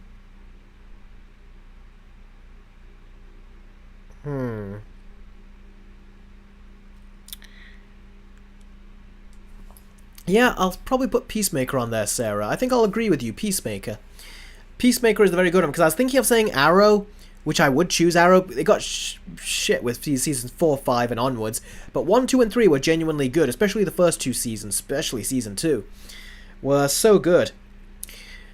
So I would have said Arrow, but in case, on the off chance, that might be too well known, then yes, I'd say Peacemaker. Now, in terms of a movie, I don't know, what other DC movies are there of lesser known characters?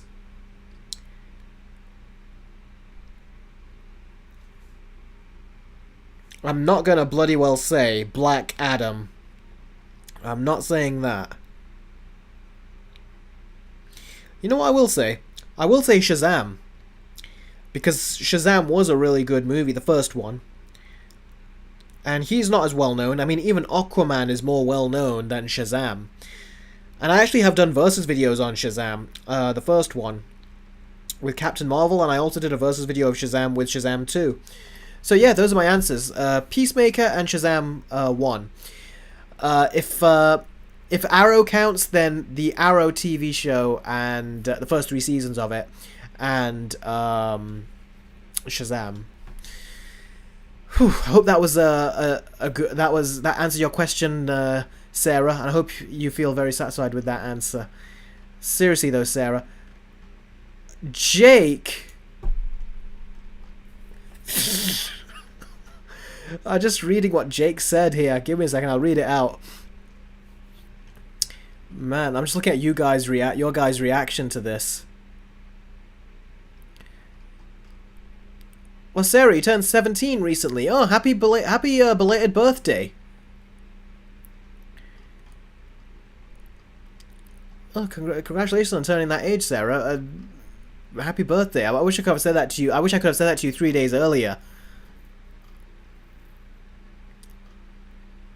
Okay, let's see.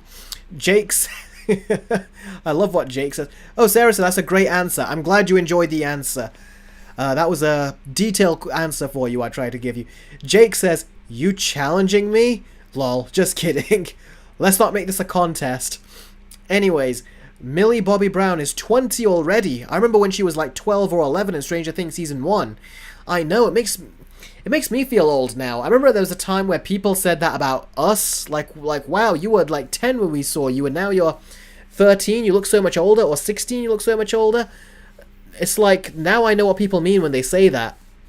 Someone said in the chat that she's legal, and I was like, true, actually. But I thought that would never happen until Yonks, but man, looks like Yonks has happened already.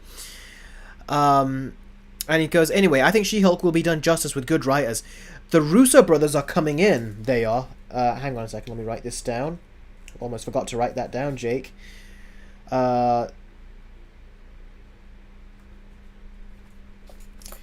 Yeah, the Russo brothers are coming in. They are. And the Russo brothers are going to be making Avengers Secret Wars and Avengers Doomsday. So I wonder if they do pick She-Hulk. I hope they don't. And if they do, I hope it's just so she can die. Because I think Marvel have just... Having her break the fourth wall as much as she did in that end of her show, it was just too much. And her show was crap. She was a very good actress, but I think the character has just been ruined. So I would hope that she's not in there, personally. I like how Sarah goes to Jake. Nah, bro. If this is a competition, I surrender. Yeah. I'm glad you enjoyed the answer, Sarah. And Jake, I hope you enjoyed my answer as well. But, yeah.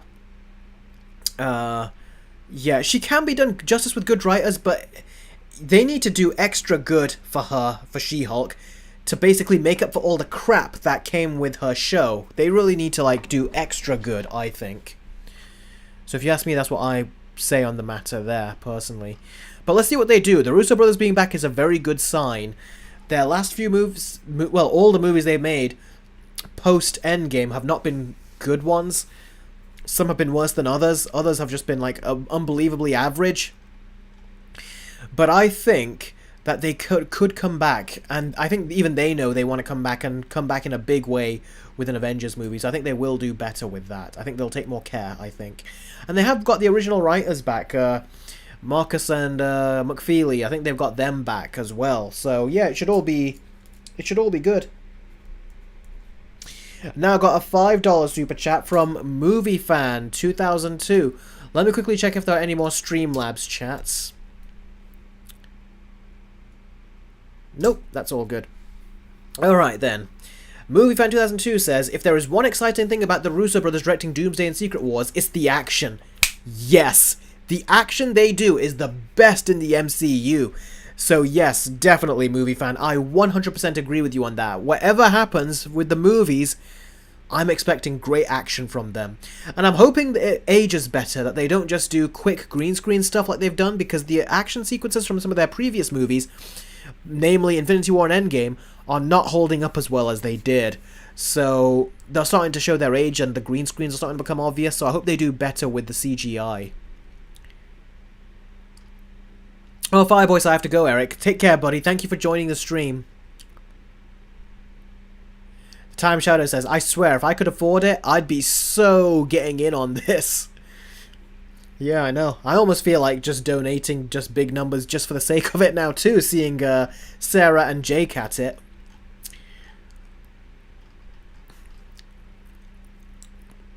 So, yeah.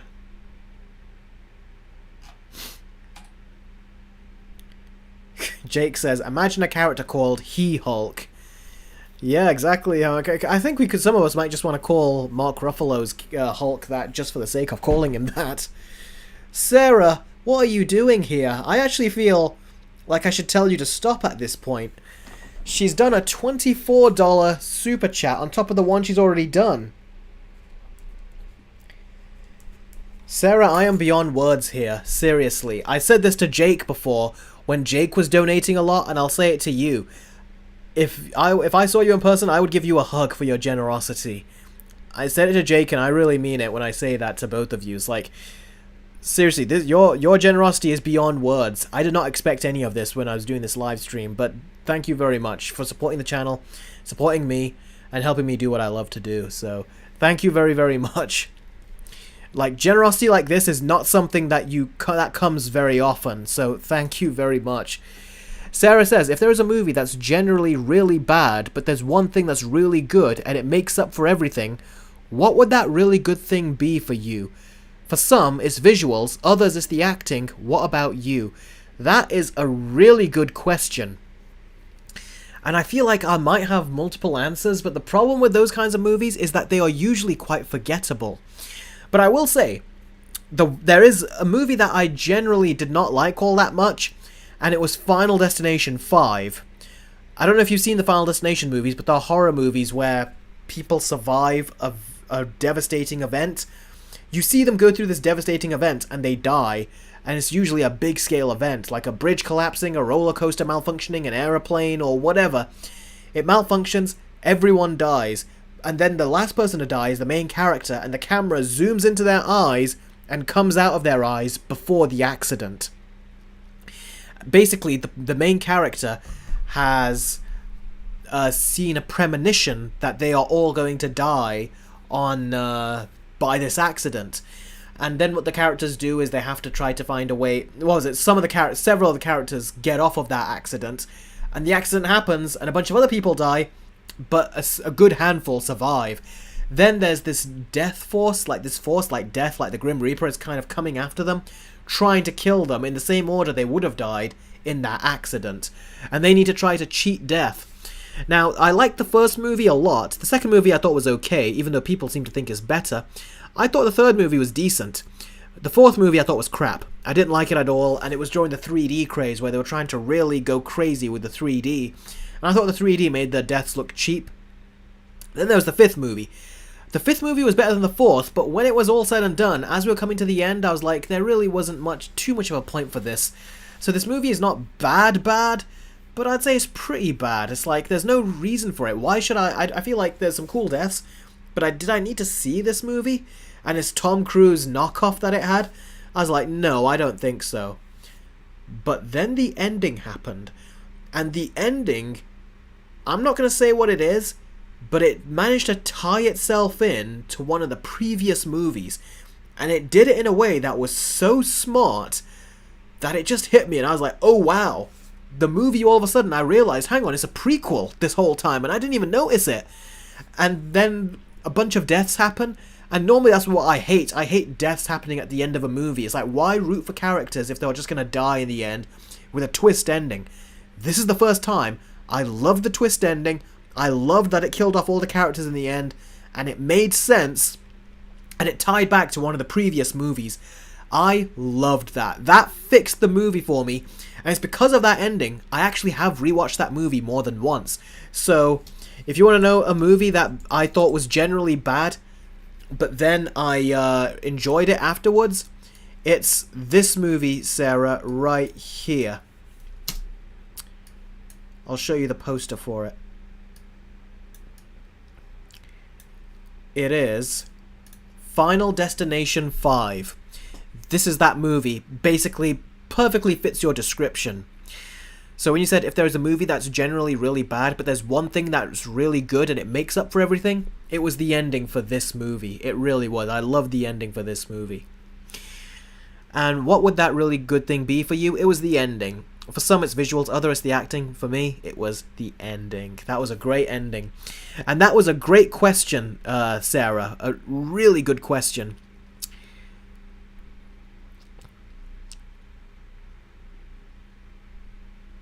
Jake says, by the way, about Open Season, listen to the soundtrack. More specifically, Love You, The Fall, and Meet Me in the Meadow. Great tunes. Are those songs or are they music, like the score for the movie?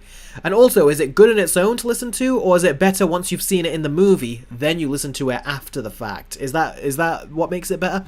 Because there are some music or songs that on their own, they don't sound all that good, but once you've seen them in the movie, and you are imagining the song or music in the movie, all of a sudden that song sounds better.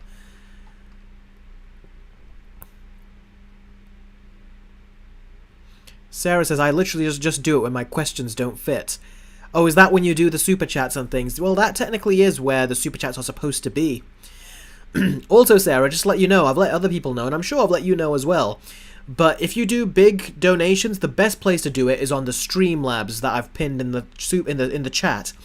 Because that way, 100% of the donation goes to me, whereas through YouTube do take a little fee from it. So in future, if you want to do big donations or anything like that, Streamlabs is always the best place to go. So I feel like I should let you know that. So I'm just letting you know. But thank you again, Sarah. And Jake, you two have pretty much... I can see that your donations are highlighted on my Super Chat screen here. 4 of them. I don't think I've had... Jake has done 3 in the past where they stayed on the top, but I don't think I've ever gotten 4 before. The Time Shadow says, "Hey Eric, I was just wondering, what's the largest donation you've ever had?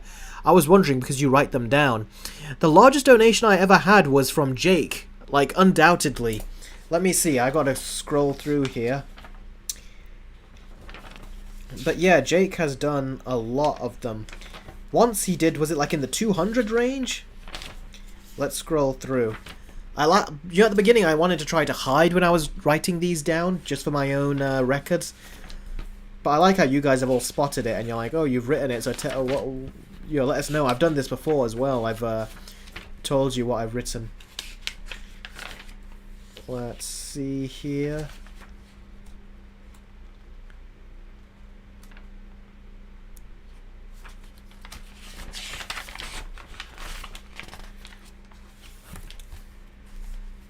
I remember earlier on, Jake was doing some big donations. There you go. My 19th live stream was $280 from Jake. Canadian dollars, this was. So there you go. And Jake in live stream 18 also did 280 Canadian dollars, and he also did $270 as well. So yeah, Jake has got a history. That's why I always say he's the undefeated donation champion on this channel. Probably out of many channels as well. So yeah, Jake has always been incredibly generous with his donations, and yeah, it's really been nice. Sarah says, "I'll give you a hug." Yeah, that works. I'm saying if it was in person, I would give you a hug for your generosity. Oh, Jess, she's talking to... she's talking to Jess. "Sarah, give me a hug in the chat. Everyone is praising you." And she goes, "I'll give you a hug." Okay.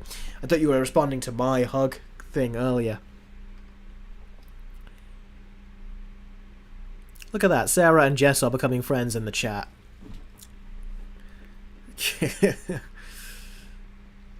Deadwolf says, "Is it funny that Scarlet Witch never showed up in the Fox X-Men films?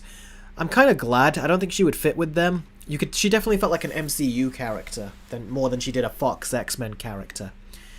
Trevor says, "Imagine Deadpool was in Secret Wars and was roasting She-Hulk hard." Yeah, they wouldn't let him roast her for that. They would try to... Marvel would want us to be on board with it, so they would try to do that. But yeah, roasting her would have been good. Jess says, "Eric, Sarah likes me." And Sarah says, "I would tackle you in a hug, Eric." Jess, I don't think she likes you as much as she likes me. I think that just says it all. That's almost too much information. Yeah. Please don't tackle me with a hug if you ever do meet me in person. Jake says, "I'm Canadian, huh? I chug maple syrup and worship beavers. I also hockey skate everywhere I go." No, you're Canadian? After hearing all that, I would assume that you were... I was going to say Egyptian, but I think that might not sound good. So let's just say... How about I just bail out of this joke? I should have said American. It says, by the way, Jake, it says it on the conversion. It says CA, so I'm assuming that means Canadian dollars, basically. Sarah's like, "No promises."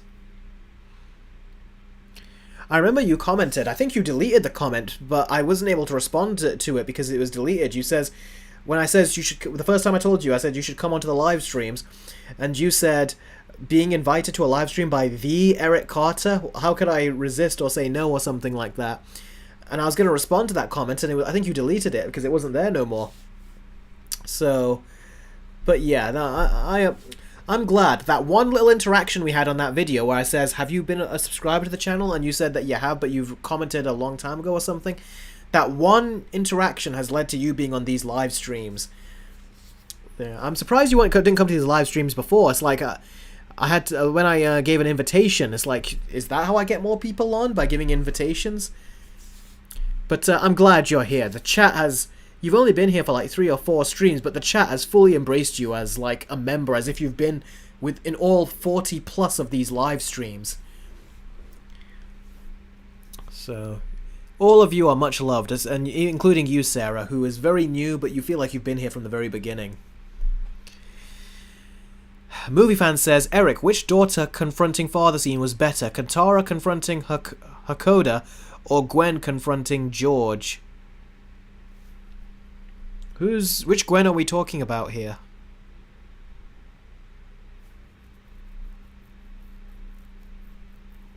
You gotta let me know which Gwen we're talking about, because I don't know. It might be super obvious, so I might hit my head afterwards, but... There's only 2 Gwens I'm thinking of. One from Amazing Spider-Man, the other from Ben 10. Monster House or Coraline? What movie is better, says Jake. I would say Monster House. Love Monster House. I love Coraline too, but Monster House. Definitely Monster House. Let's see, I've got a $2 super chat here from Kevin. And Kevin says, what happened to Randall and why in Joker?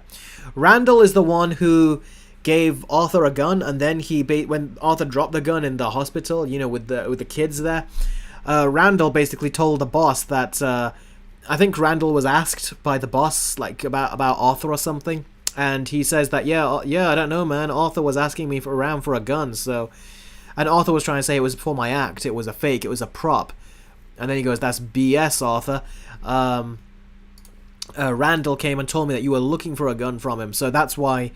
And that's why Joker was like in the phone booth. Arthur was like, Randall told you that?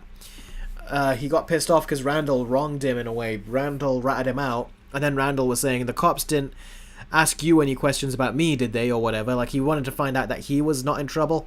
And that's why Arthur basically got him after that. So it was something like that went on. I need to see the movie again to know exactly what was said, but that's what I need. Oh! Movie Fan says, Katara confronting Hakoda or Gwen confronting George? You mean her father in Across the Spider-Verse? So I was technically on a right path. I was thinking Gwen from the Amazing Spider-Man movies, not Gwen from Spider-Verse. I would say Gwen confronting... I love both scenes, but I'll say Katara confronting her father. Because Katara broke down. And although I thought she was being overly rude to her father at the beginning, the breaking down scene I thought was quite nice. I do love the scene though when Gwen talks to her father and her father says that he quit the Force and all that. That was really good. Movie Fan has said it's Spider-Verse. That's good. So I've answered your question correctly, so that's good. I've heard of the TV show Merlin. Where has it gone? I've heard of Merlin, Jake, but I've not seen it. It never looked like it was my thing, but when I was younger, our parents ultimately had control over what new things we could see, and if it was something that they had not checked for us first, they wouldn't want us to watch it. So Buffy the Vampire Slayer was another show I couldn't watch when I was a kid because of that. There was even a show called Malcolm X that had Senator Kelly in it from X-Men. I couldn't watch that either because they hadn't seen it, and they weren't going to watch it just to see if I could see it. So there were certain things we just couldn't watch. So, yeah, Merlin was probably another one of those where I was like, yeah, it's probably not even worth looking into to see if it's worth watching, because there's others I wanted to watch more than Merlin. Ooh. Is that a Streamlabs Super Chat that just came through, or is that a different notification that I got? Oh, it must have been a different notification, because I just heard my iPad go off. Matthew says, has your thoughts changed on Annabelle Creation? I remember you gave it a 5 out of 10. I didn't give Annabelle Creation a 5 out of 10. I gave the first Annabelle, I think, a 5 out of 10. Creation, I gave a higher score. Nightmare Before Christmas or Coraline, says Trevor. Oh, I love both, but Nightmare Before Christmas. I've watched that. That was a movie directly from my childhood when I was very, very young. Coraline, I was young, but not as young when that came out. Robin says, what is your favourite Batman skin in Arkham Knight? My favourite skin in there is the main Arkham Knight skin. But if I do change the skin, I'll usually go back and forth between Michael Keaton's or Christian Bale's or Ben Affleck's. And I think those really are the only ones, I think. The animated series occasionally, but I can't remember if the animated series was in Arkham Knight or if that was just Arkham City.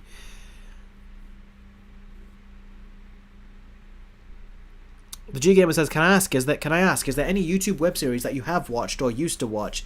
I guess I have watched Cobra Kai, but I watched it when it came to Netflix. I didn't watch it when it was a web show on YouTube. Neither did many people. And then when Netflix bought it out after YouTube cancelled it, it became the most watched show on Netflix around the time. You know, like #1 on the charts and everything. So, just goes to show how much Netflix has a name that people care about, and how they don't really care about the name from other people, other studios. So yeah.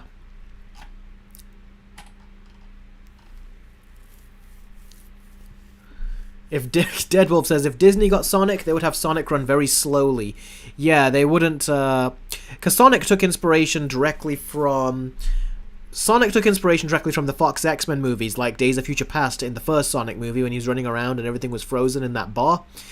And I'm sure they took in Sonic 3, when you see Shadow teleporting and hitting people, that looks like they're trying to take inspiration from Nightcrawler in X-Men 2. So I think that says it all in terms of where they're getting their inspirations from. They're certainly not getting it from the MCU Quicksilver. I wonder if they get any inspiration from the Flash as well, because he's very similar to Sonic with his speed. Probably more so, because when he runs, he leaves a trail behind him. Quicksilver doesn't leave a trail. The MCU one did, but not really much. It was just a watery kind of wavy effect. It was a weird effect. Sarah...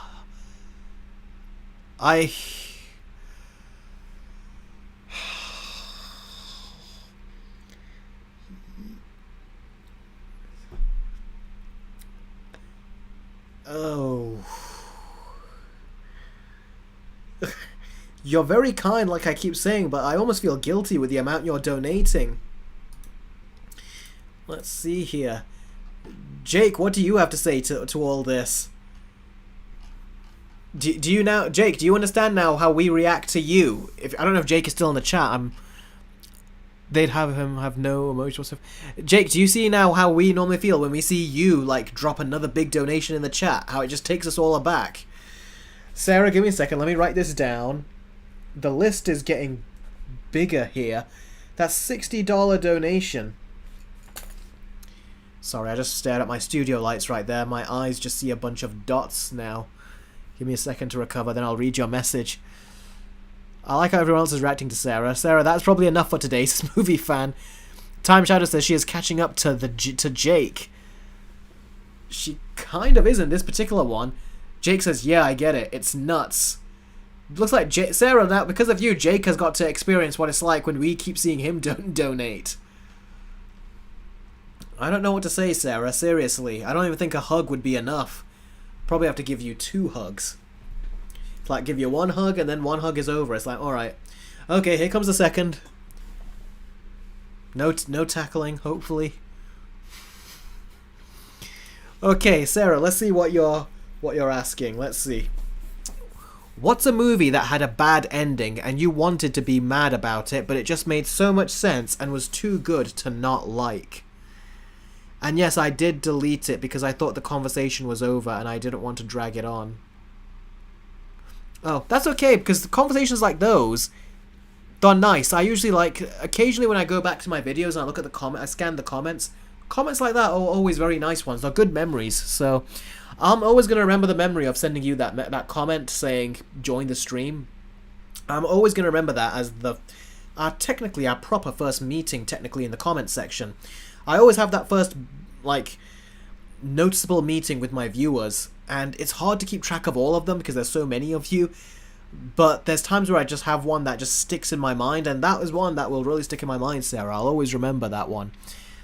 So don't feel the need to delete interactions. I always love revisiting them every now and then. So let me think about your question.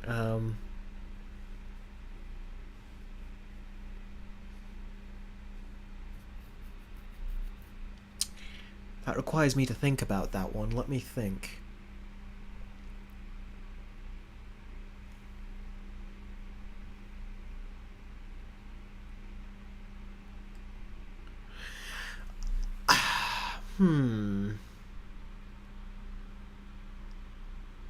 There's one that's kind of coming into my head, but I don't know if the words, like I was that passionate about it that I would use words like loved and things like that.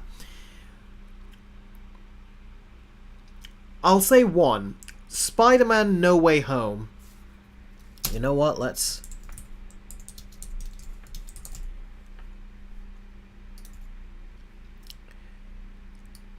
bring that in, shall we?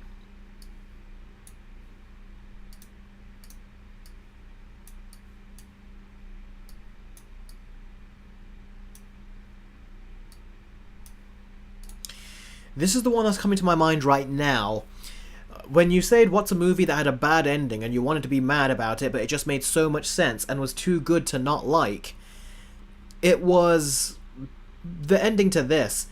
Because I thought the ending was kind of bullshit, basically, where all of them are coming in, or like the Doctor Strange says, all the portals, they're opening up, all other people from multiverses are coming in, and the only way to basically get rid of it all is to wipe the memories away of people that know he's Spider-Man. That sounded to me like very convenient writing. I was like, that is so freaking stupid. And it sounds so contrived, like that is what you have to do in order to fix everything? Get people to forget your identity? I thought that was so silly, if I'm being honest with you. It felt like they just wanted that to be the ending, for people to forget his identity. So how do we do it? Oh, this thing, the portals, the only way they can be closed is if you lose your identity and people forget who you are. I thought that was so stupid. But, and it's like you would want to be mad at it for just how, like, lazy the writing is and contrived the writing is. But it just, in your words, Jess, in your description, it just made so much sense and was too good not to like. Because by doing that, Peter is now poor. No one knows who he is. He now feels like he can finally have that Peter Parker story where his history is shrouded in tragedy. He's now lost everything like Peter Parker has. In fact, this Peter Parker feels like he's lost more than the other Peter Parkers. And it all depends on how they decide to develop him further now. Will they undo everything and say Ned and MJ are now going to remember everything and people will remember him again? Or will he really have to start from scratch? That is one of the endings, I think, that fits your description, Sarah.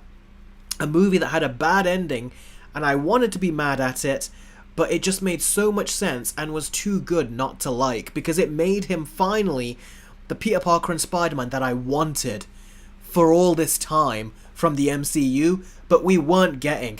Because prior to that, he was just about, I want to be an Avenger, man, and he was like, he had nothing better to do than wander around looking for crimes to fight in his neighborhood, and he was really quite pathetic.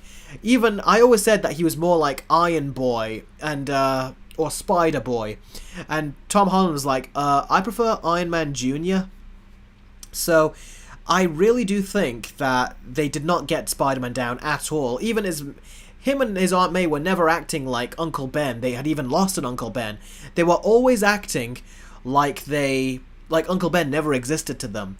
But the thing is, if ever you have lost a family member and say they gave something to you, like an item, something that you remember them by, that item becomes so treasured to you once you've lost that person.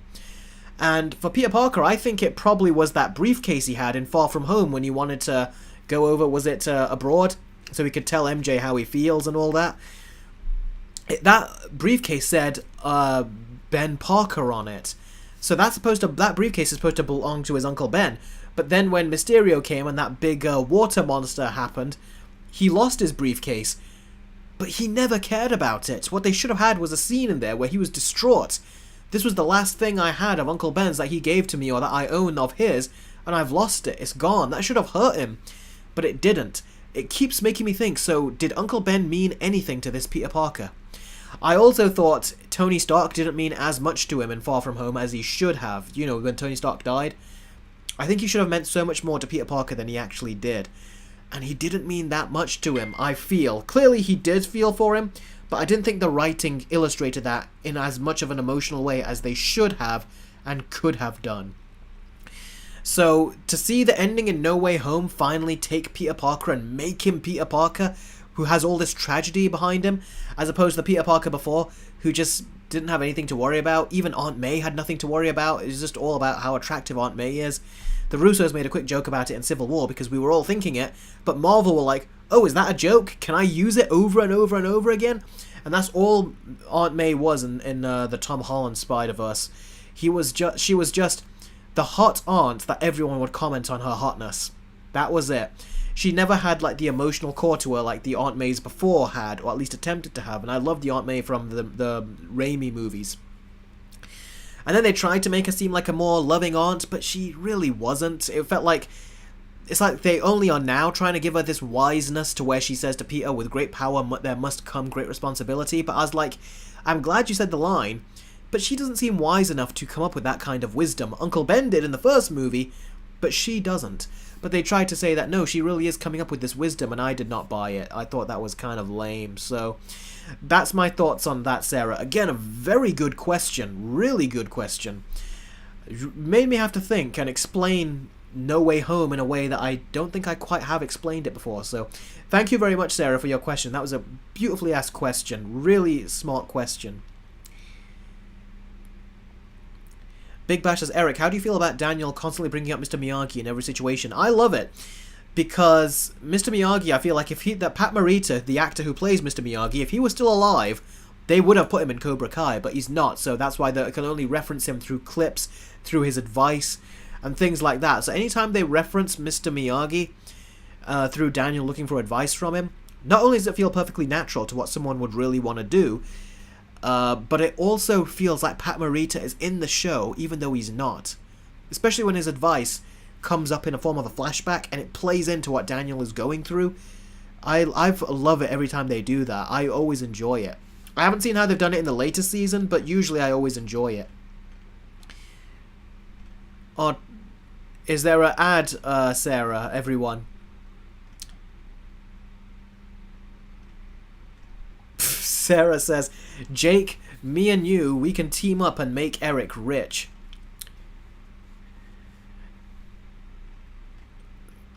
Oh, look at that. Movie Fan has done some as well. Give me a second. Let me double check to see if I've caught everyone's questions.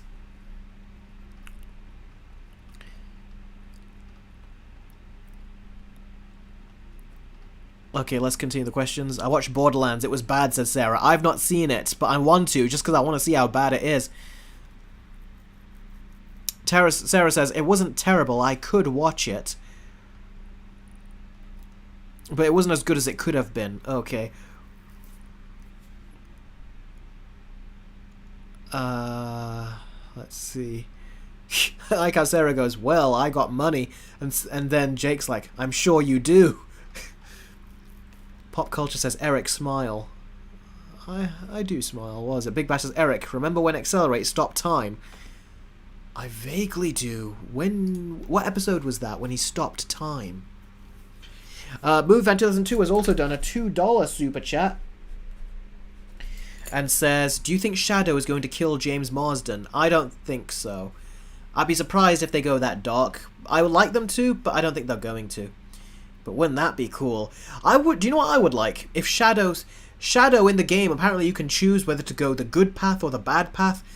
I hope, so that means in the movie they can choose too, and I really hope they make him bad. That would be unexpected. Making him good and part of the family, we all expect that, and it's like, when you've got such a powerful Sonic team, who can they really go up against? I really hope he stays bad, or at least is the anti-hero as they go. I don't want him to become a full member of the team, because I think that'll just take the edge off of him, I think. Sarah says, Jake, me and you, we can team up and make Eric rich. Jake, in answer to your question about who's the best Spider-Man, in my opinion, I think it's Tobey Maguire. I've explained it all in my videos where I talk about the 3 Spider-Man movies and my 3-way versus videos of each movie, you know. I talk about it there. Sarah, I hope you really enjoyed that answer that I gave about, in answer to your question about the movie ending. I hope you enjoyed the answer. I hope it was worth it. I hope.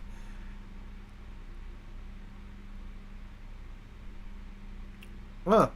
Trevor says, holy smokes, Eric. Confirmed that Inside Out 2 just surpassed the garbage Lion King remake. Well, that's good. It was insulting that got up there. Really, it was. Robin says, what is your favorite Deadpool Wolverine variant and Deadpool and Wolverine? My favorite Wolverine and Deadpool variant.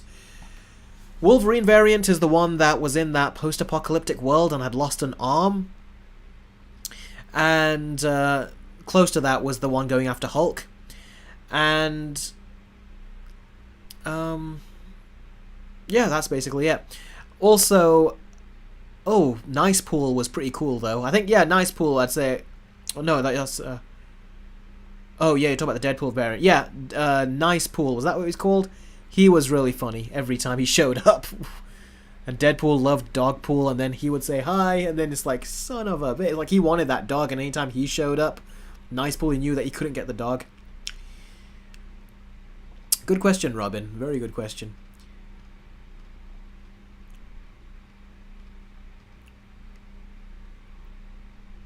Big Bash says, keep donating to keep Eric on for 5 or 6 hours.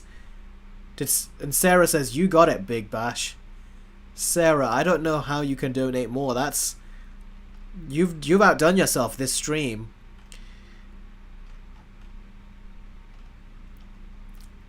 Big Bash says, Sarah is the best. What does Sarah says? Oh, she goes, I was wondering, who did she say yes I did to? And she's saying it to me for the question, for the answer to her super chat. I'm glad you enjoyed that, Sarah.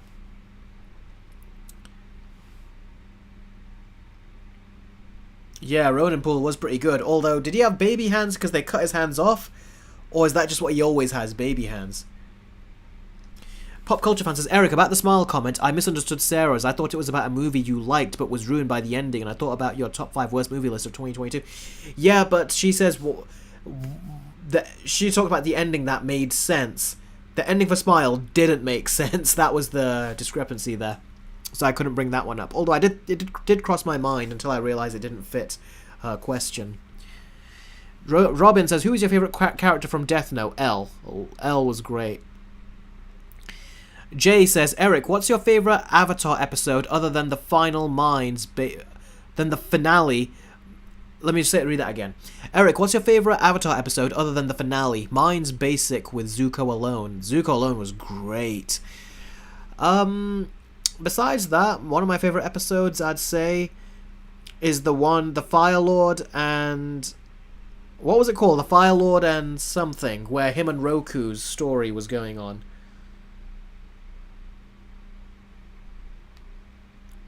The Avatar and the Fire Lord, that was it. Season 3, Episode 6.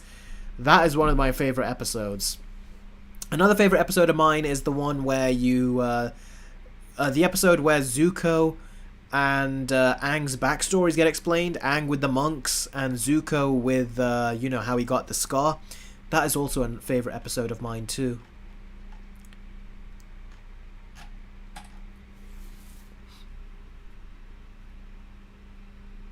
Trevor Bistro says, I would buy $1 million to get Dog Pool. Yeah.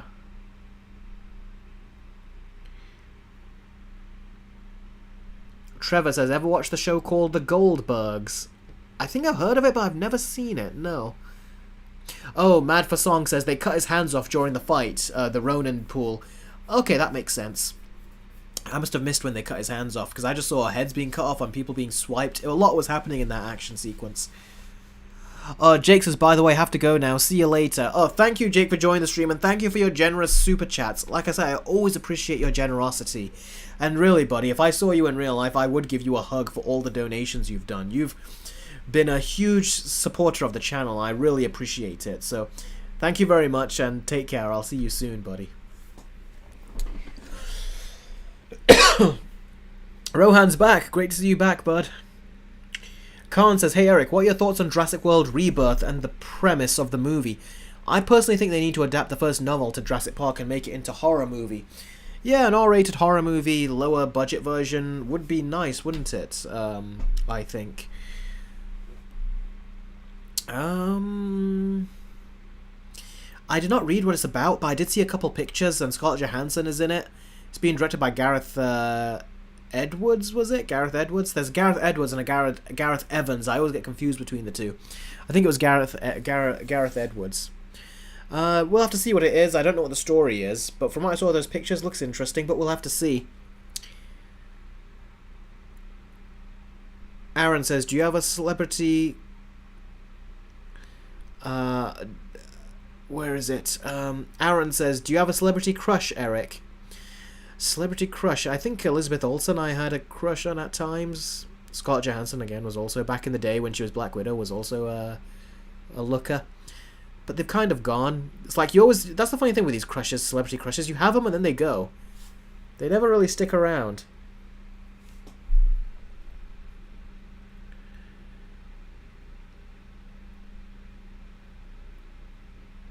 Big Bash says, Eric, I was at a picnic. That's why I missed the story segments. That's okay. I hope you enjoyed the picnic.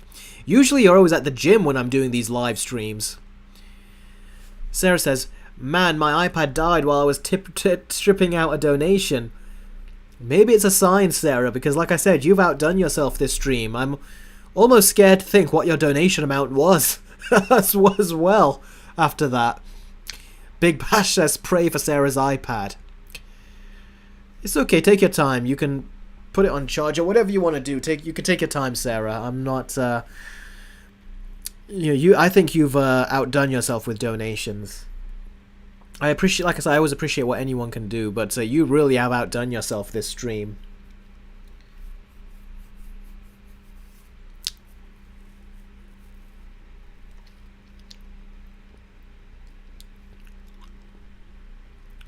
The Time Shadow says, now I'm curious to know how much Sarah's doing. I know, right? Like I said, I actually got scared hearing that she was going to do another one. I was like, what is she going to do?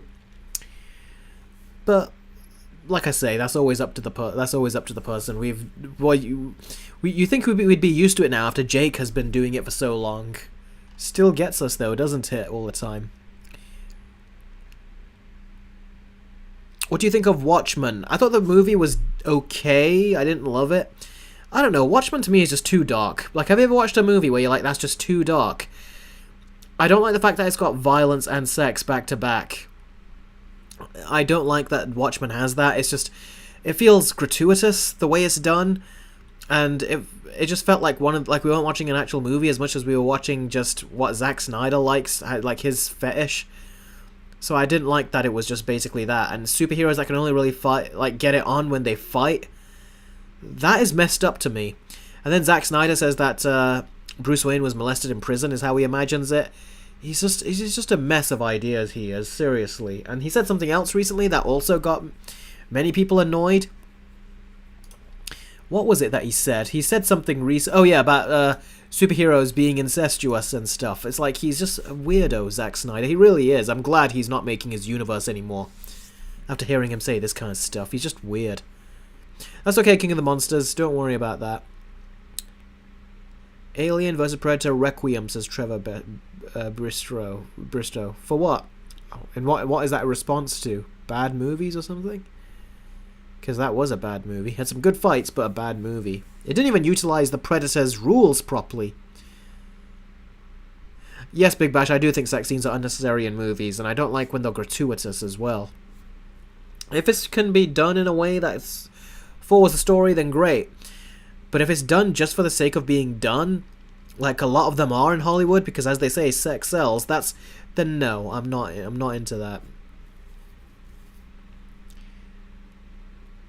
Jess says, Zack Snyder is similar to Michael Bay when it comes to sex. Yeah, but I think Zack Snyder takes it even further. Michael Bay, I think he's always been working within the PG-13 realm, so he can't take it as far. Zack Snyder has no limits, it seems.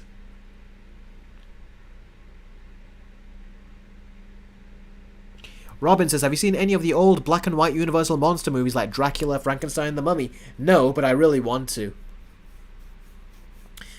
Sarah...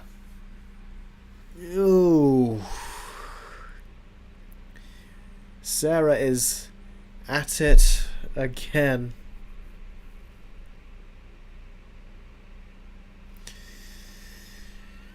Ooh. Let me write this down. Sarah, I hope we're not that this is not too much. I hope if you can afford it, that's perfectly fine. But I hope you're okay, basically, with all this. I wouldn't want to, break you or anything. Sarah says, I remember I watched Homecoming, thought it was great, and wanted to watch all Spider-Man films in order. Watched Tobey and loved it. Then watched The Amazing Spider-Man, but midway I just stopped the movie and couldn't continue. Loved your Versus video on it. Oh, thanks very much, Sarah. That's really nice of you. That video took so long to make, so I'm glad you enjoyed it. Those Spider-Man Versus videos probably took the longest out of any Versus videos I've made. Especially that second and third one. Those were hard. The third one in particular, well, they weren't really hard as much as they were... Well, they were hard in the sense that my computer was dying out and it was overheating a lot. That made it hard. But the long, and getting copyright claims on a 45-minute long video, having to make small, tiny alterations, then exporting it, which on my old computer took like 10 hours. It was a stressful thing to do, because when the computer is exporting, I can't edit. So yeah. Oh, Ethan's Drawings has become a member. Thank you very much, buddy, for becoming a member on my channel. You know what? You're not a Patreon member, but what I am going to do is... Come on, how do I... Oh, there we go. Ethan's Drawings. There you go, Ethan. Your name is down here, and it will forever be here for the rest of my live streams because you have become a member. So whether you become a Patreon member or a YouTube member, I'll write your names down on the live stream as it happens live, and your name will forever be here whenever you revisit this particular live stream video. So thank you, Ethan's Drawings, for becoming a YouTube member. You get to have reactions, trailer reactions, and watch-alongs when I do watch-alongs soon. Like I said, you'll be there for the Aliens watch-along if you're still a member till October. And I'm going to be doing the Loki watch-along, where we watch every episode of Loki Season 1, because all of you have really wanted to see my thoughts on that, and we can all watch it together. Sarah says, okay, I might be overdoing it. That's okay, Sarah. With that amount... What is G-Gamer saying here? Sarah, with the amount you're donating, have you considered doing a Versus video commission or a quick movie review? The G-Gamer's got a point, Sarah. Oh, that's true. She goes, I have no movie to commission. I mainly just have questions. That's fair enough, because you have been asking a lot of questions, and they're very, very good questions as well. They really have challenged me to think more about my answers. Sarah says, and these streams are great for asking questions and getting opinions on things. I'm glad you enjoy it for that reason. It is especially fun to answer when you give me those questions, because like I said, I have to think about them.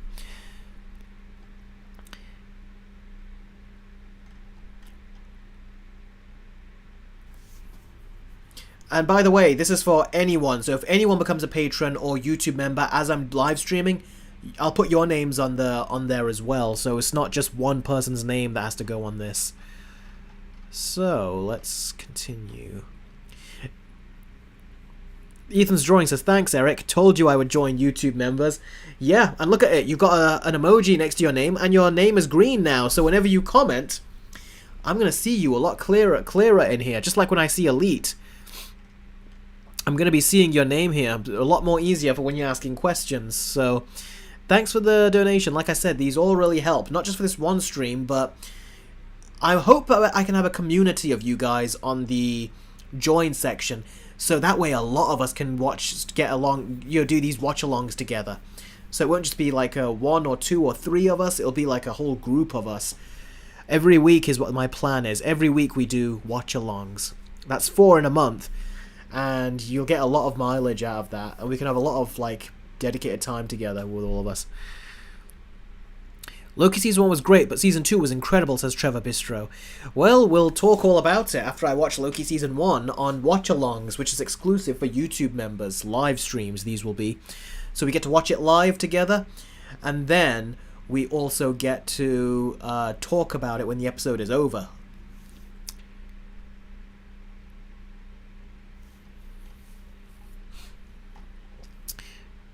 Big Bash says, No Way Home versus Madam Web. She-Hulk versus The Dark Knight. You really like to try to push my buttons, don't you, Big Bash? I just cringe thinking about that.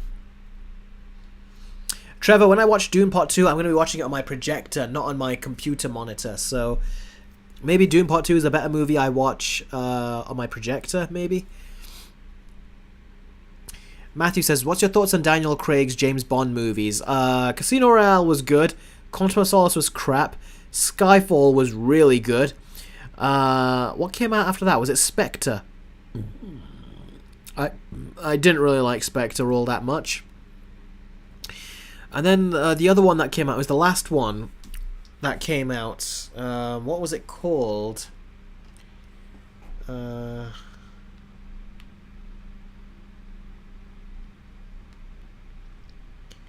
Time to Die. I did not like that movie, really. It was okay at best. I thought it was average at best. About average. I was very disappointed. King of the Monsters says, why is YouTube join-based membership more expensive than the Patreon-based membership? Because YouTube take a bigger percentage than Patreon do, that's why. And not only that, because I don't want to do a complete copy and clone of YouTube memberships and Patreon, so on YouTube memberships, I was just going to do watch-alongs in the first perk, but then I thought, you know what, why not combo it with trailer reactions? So you get trailer reactions and watch-along for the same perk. Then if you pay $1 more, you get all of that, plus early access to Versus videos. So it actually is, when you see that you're going to get 4 live streams every single month, and they're going to be watch-along based, and the patrons can vote for what they want, there is a lot of value in there. So that's why they're higher, because you're going to get exclusive streams. And of course the goal is to make sure that I can make this a living as well, so that's why. But I've looked at a lot of other people's YouTube join memberships, and they always usually start off at about $5 as well. So that's why King of the Monsters is more expensive there than it is on Patreon. Because you're going to get a whole new dedicated live show, which will be every single week. So, I hope I explained that well.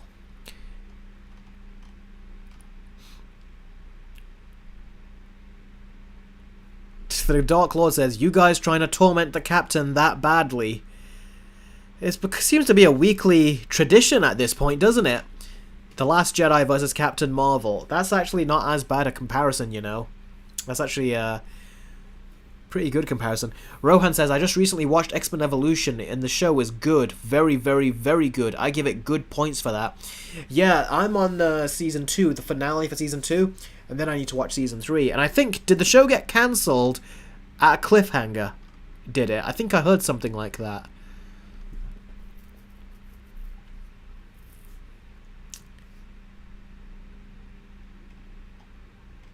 Look at that, 2.5 hours on the live stream. Let's go on for 5 more minutes, and then we can sign out. Also, the Acolyte isn't good. No, it's not, Sith Fruit. Sith Fruit says, no offense to anyone who enjoyed the show, but I'm glad it was cancelled. Yeah, you're not the only one. I think there's just so much riffraff been going on in Star Wars that I think it needed to be cancelled, that show. So yeah. Sarah, she's done a $6 super chat. She says, how do you feel about other critics or YouTubers dismissing other opinions and claiming their opinion is right and others are wrong? Well, I don't watch too many of those, because if I see any of those, I'm usually turned off, and I usually just turn the other way. So the YouTubers I've been watching, they've been good in terms of opinions. They've been fair. But when I do see those types, instantly, it's just a turn off. I'm like, I'm not interested. I don't want to watch your video. I don't want to know your opinion, really. Because you're just not that kind of person that I want to engage in a conversation with. That's what these videos essentially are. You're trusting the content creator, then you want to know their opinions. But if the person is just a horrible person, it's like, why would I want to have opinions from you? So you kind of want that person to be a good person. You know, you want a genuine person, someone you know is not going to lie to you. And that's what I try to be. That's what I've seen a lot of other YouTubers try to be, and I follow those YouTubers. And I model myself after those YouTubers. I try not at all to be like those other types. So, great question, Sarah, and yeah.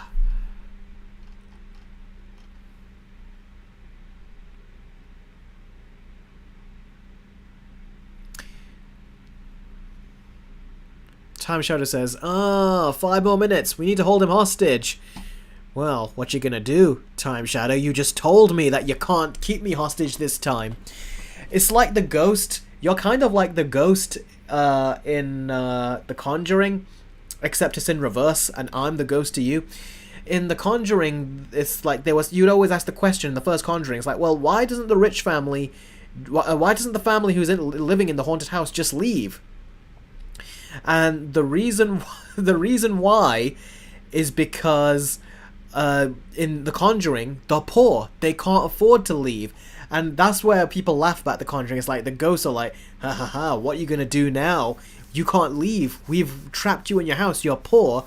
And we're haunting you and you can't do anything about it. That's kind of what I'm doing in my own haunted way to you. Is that, not minus the poor part. I'm not saying you're poor. But in this live stream, it's like you've got no tokens. It's like tokens in a gaming machine. It's like, haha, you got no tokens left. What are you going to do? Because last time you tried to keep me on. Sarah has done another $6 super chat. And she says, if you had the chance to change anything in a movie, what movie would you choose and what would you change? Well, I was talking earlier about Aliens, wasn't I? And you can see right there, Ripley is holding Newt. And Sarah, you've not seen Aliens, have you? So I don't think I can actually give you this example without spoiling something that happens in the next movie. For those of you that have seen Alien 3, you know what I'm on about. But let me pick another movie, because we don't want to say anything to Sarah to spoil it. Let's think. Let me think of another one. The movie Smile. Here we go. That's a big-ass poster. This is what I saw when I imported the poster. I saw that.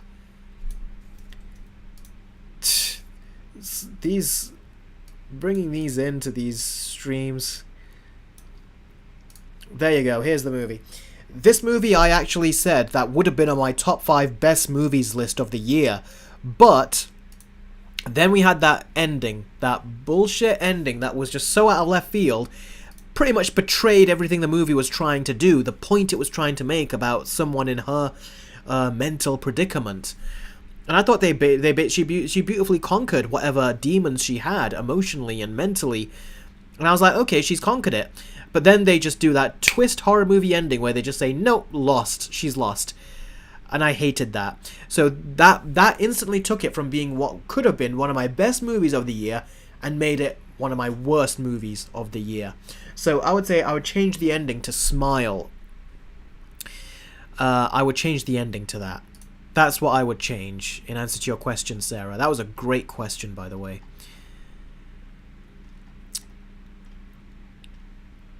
Man, all of you guys are going to Sarah saying, Sarah, keep going. Don't let the captain flee.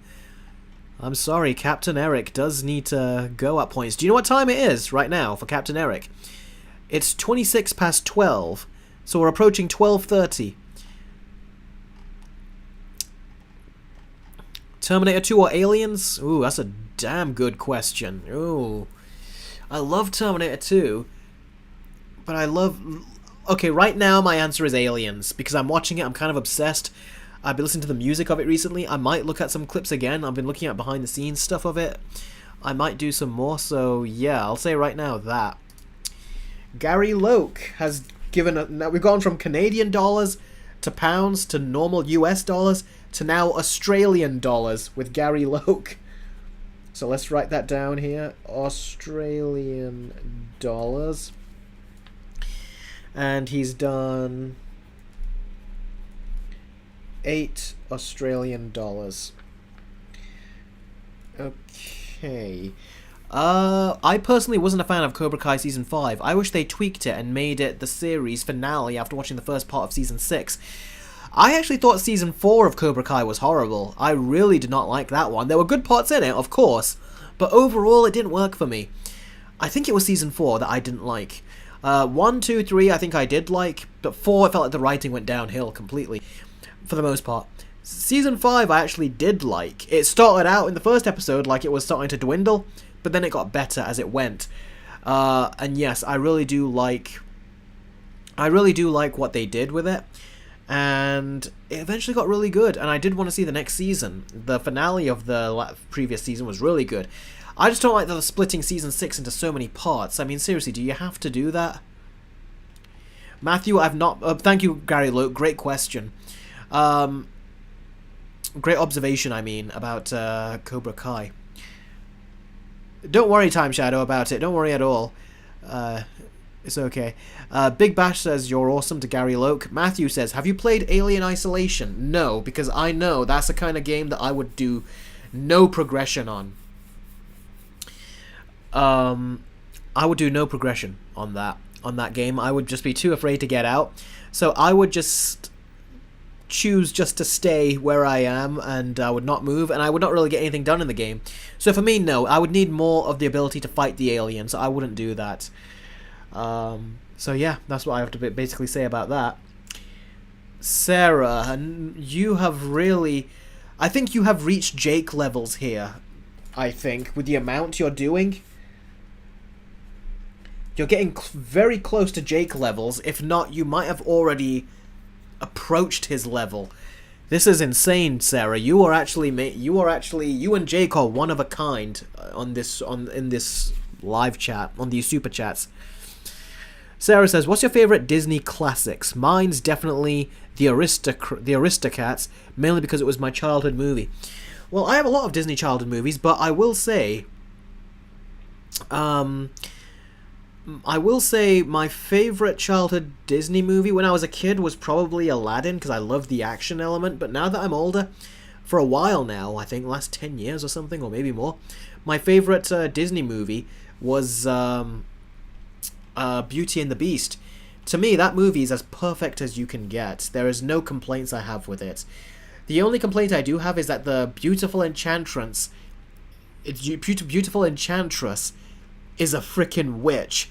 What she does to the Beast, and I understand she does it to him because she's mad at him, but the whole castle, the kids turn them into teacups. That song where they say, you know, kill the Beast, like, you know, and they're singing that. They should do that for the witch, the enchantress. They call her that name, and she's such a horrible person. So I would actually say that she's evil. They try to make it out like she's good. She's not. She's evil. They need to hunt her down and take her out.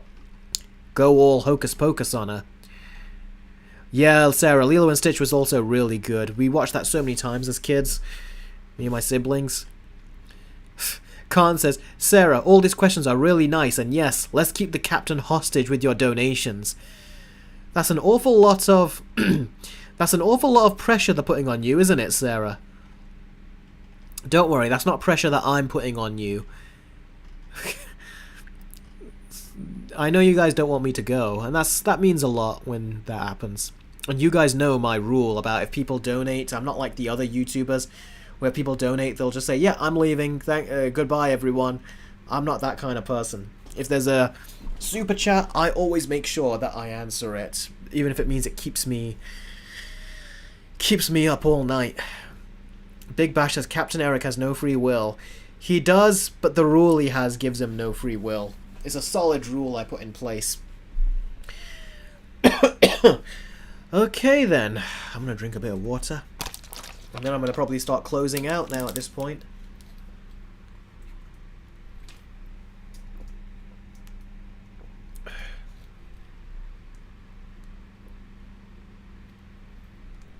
Ooh.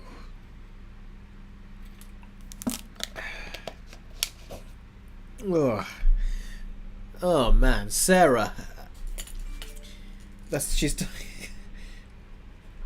Oh man, Sarah has done a $12 super chat. Seriously, you have, I think, approached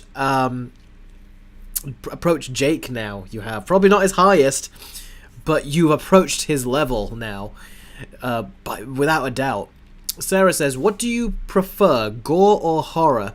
It honestly makes me so mad that horror movies are basically non-existent. They now just try to gross you out instead of scare you.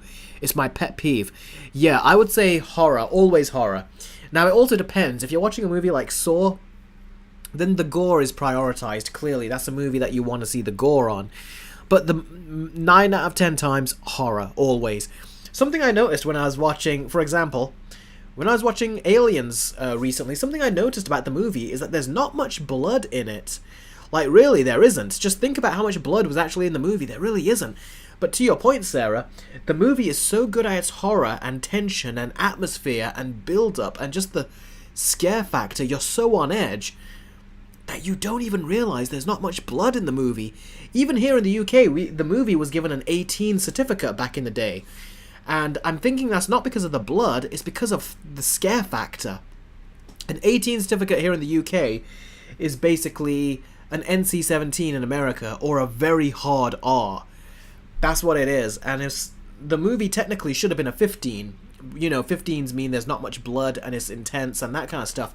But 18 means they think it's too intense. And that's why they'll give something an 18. And yeah, Sarah, they actually gave Aliens an 18 just purely out of horror and hardly any gore. And the gore that is in there is more blood. Probably a little bit, you could say it's kind of gory, but it's just mainly blood. And you don't really see the blood on the person, really, either. Impressive how they did that. So, great question, Sarah. You actually quite enjoyed the remake, Time Shadow. That's good. I'm glad you enjoyed the Beauty and the Beast remake. But for me, I did think it was as bad. I thought the acting was really bad, especially from Emma Watson. There was no heart to her performance. Like when she finds out her father is missing, and then when she goes to the castle, and when she's approaching the gates of the castle, she sees her father's. It was a device that he was holding. I can't remember what it was. It was a stick or something. In the animated one, she picks up the stick, looks at it, and then realizes her father's in here. In here, it was in the remake, she just goes down there, doesn't even look at the stick, she just picks it up, and then just goes in. It's like you're supposed to look at the stick, because the animation shows the character is processing what she's seeing, but the remake, where it's supposed to be more realistic and live action, she just picks it up and then just walks in, because she's just following cues. There's no performance in there or emotionality in there. So that's what I think about that. Okay, let's see. Where was Pop Culture Fan? I'm gonna read his question very quickly first. Pop Culture Fan, where are you? You said, Eric, read my comment. Where is it? The Lion King? What were you saying? I'm trying to find your...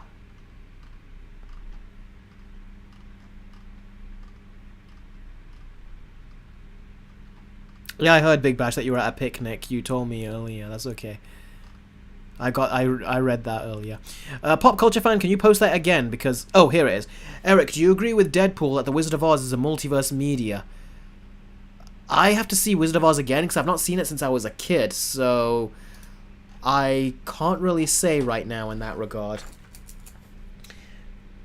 I'm sorry, bud, but my sister and my family watched it, but not me. I wish I would have. I still need to see it all the way through.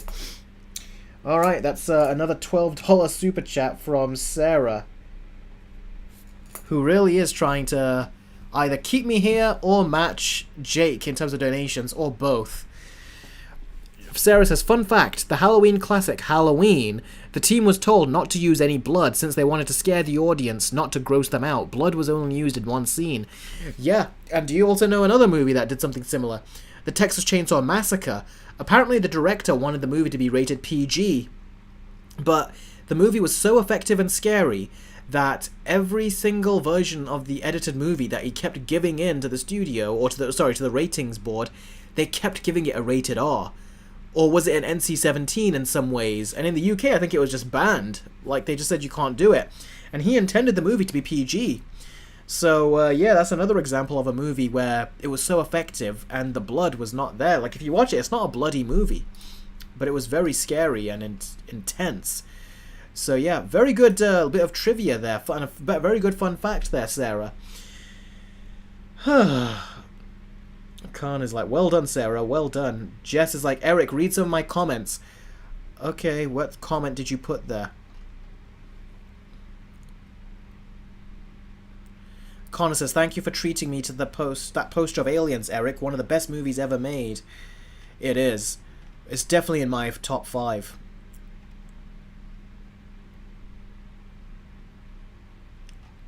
Yeah, Matthew, it probably is.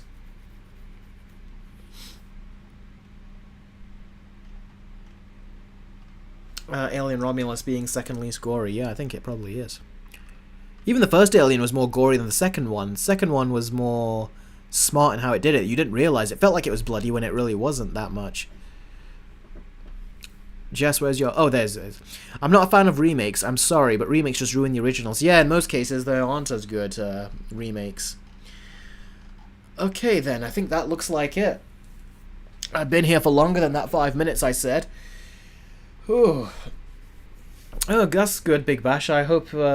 send it to me when you've finished your comic universe. Yeah, Matthew, the name has Texas Chainsaw Massacre in it, but the movie itself was meant to be shot in a way that was meant to be PG. Anyway, I think that is about it. No more super chats seem to be coming in, and I think that's about it. Time Shadow, I'm sorry, I know you want me to stay, but that is about it. That was a 2 hour, 47-minute stream. It really does mean a lot to me that you guys still want me to stay, even though I've been streaming for nearly 3 hours. And it's like you haven't had enough of me yet. That means a lot, so thank you very, very much. Sarah, she's just done it again. G-Gamer, don't say bye yet. There you go. I think Sarah just scared everyone there for a second. Quick, someone stop him, says the... Do you see what Time Shadow said? Quick, someone stop him! Oh, man. Quick, someone stop him. That's funny. Sarah, let's see then. You've done another $12. Seriously, Sarah, you are... I'm going to call you what I used to call Jake when he used to do this in the early streams. You are insane. Sarah says, as much as I love to keep you up, Eric, I also need to sleep, so this is my last donation for the night. So good night, everyone. Was there ever a movie where the actor just shocked you with how good they were? Yeah, there's many movies that shocked you about how good they were. I remember Logan shocked me in terms of how good Hugh Jackman was and Patrick Stewart. We knew they were great before, but they were so good in Logan. Let's see, what else? The Dark Knight, full of performances where I'm like, this doesn't feel like movie acting. I remember at the time I was watching, I was like, this feels real. Even Heath Ledger as the Joker. I love the performances in Batman Begins as well. I also love the performances in the first Tim Burton Batman. The performances from Michael Keaton as like this very otherworldly kind of like presence as Batman was amazing. And how we could go back between Batman and Bruce Wayne was great. Even vocal performances as well from the likes of Kevin Conroy and Mark Hamill were really impressed me. So there are so many great performances in movies, and most likely there's tons I've still not even named. But yeah, so many wonderful performances, and I'm sure whenever I've come across those types of performances, I've mentioned them in my videos and versus videos. So if you want to know about those performances, whenever I see them, I do point them out if they are especially good performances. So yeah, that's basically it. Thank you, Sarah, very much for your generosity. Really, like, you have really outdone yourself. And the way people keep addressing you and calling you by your name and everything, it's like you've become part of the chat family. You really have. I've never seen anyone like adapt to the chat family and like become a member and a beloved member that quick as much as you have. So I'm very blessed to have all of you as members of my YouTube channel, and I love each and every single one of you. So thank you very much for joining me on this live stream. This live stream went without any hitches this time. There was no problems with this live stream like last week. So sound off in the comments and let me know what you thought of the quality of this stream. Eric, Time Shadow says, wait, Eric, before you go, could you go into yesterday's stream and see if my super chat came through? Let me see. I don't know if... There is no way to really catalog these. Let me see if it came through. Did you put a message, attach a message to it? Because just say it to me now. You don't have to pay anything. Just say it and I'll answer it. Oh, where is it? Oh, Sarah, I'm glad that you appreciate that. Oh, Ethan's Drawing says, thanks for streaming for us, Eric. No problem at all. It's my absolute pleasure. Let me quickly check Time Shadow right at the end and see if I can get into it. Where is it? Where is the stream? Oh, that's not it. Okay, I think... Oh, here we go. Here we go. I think we found it.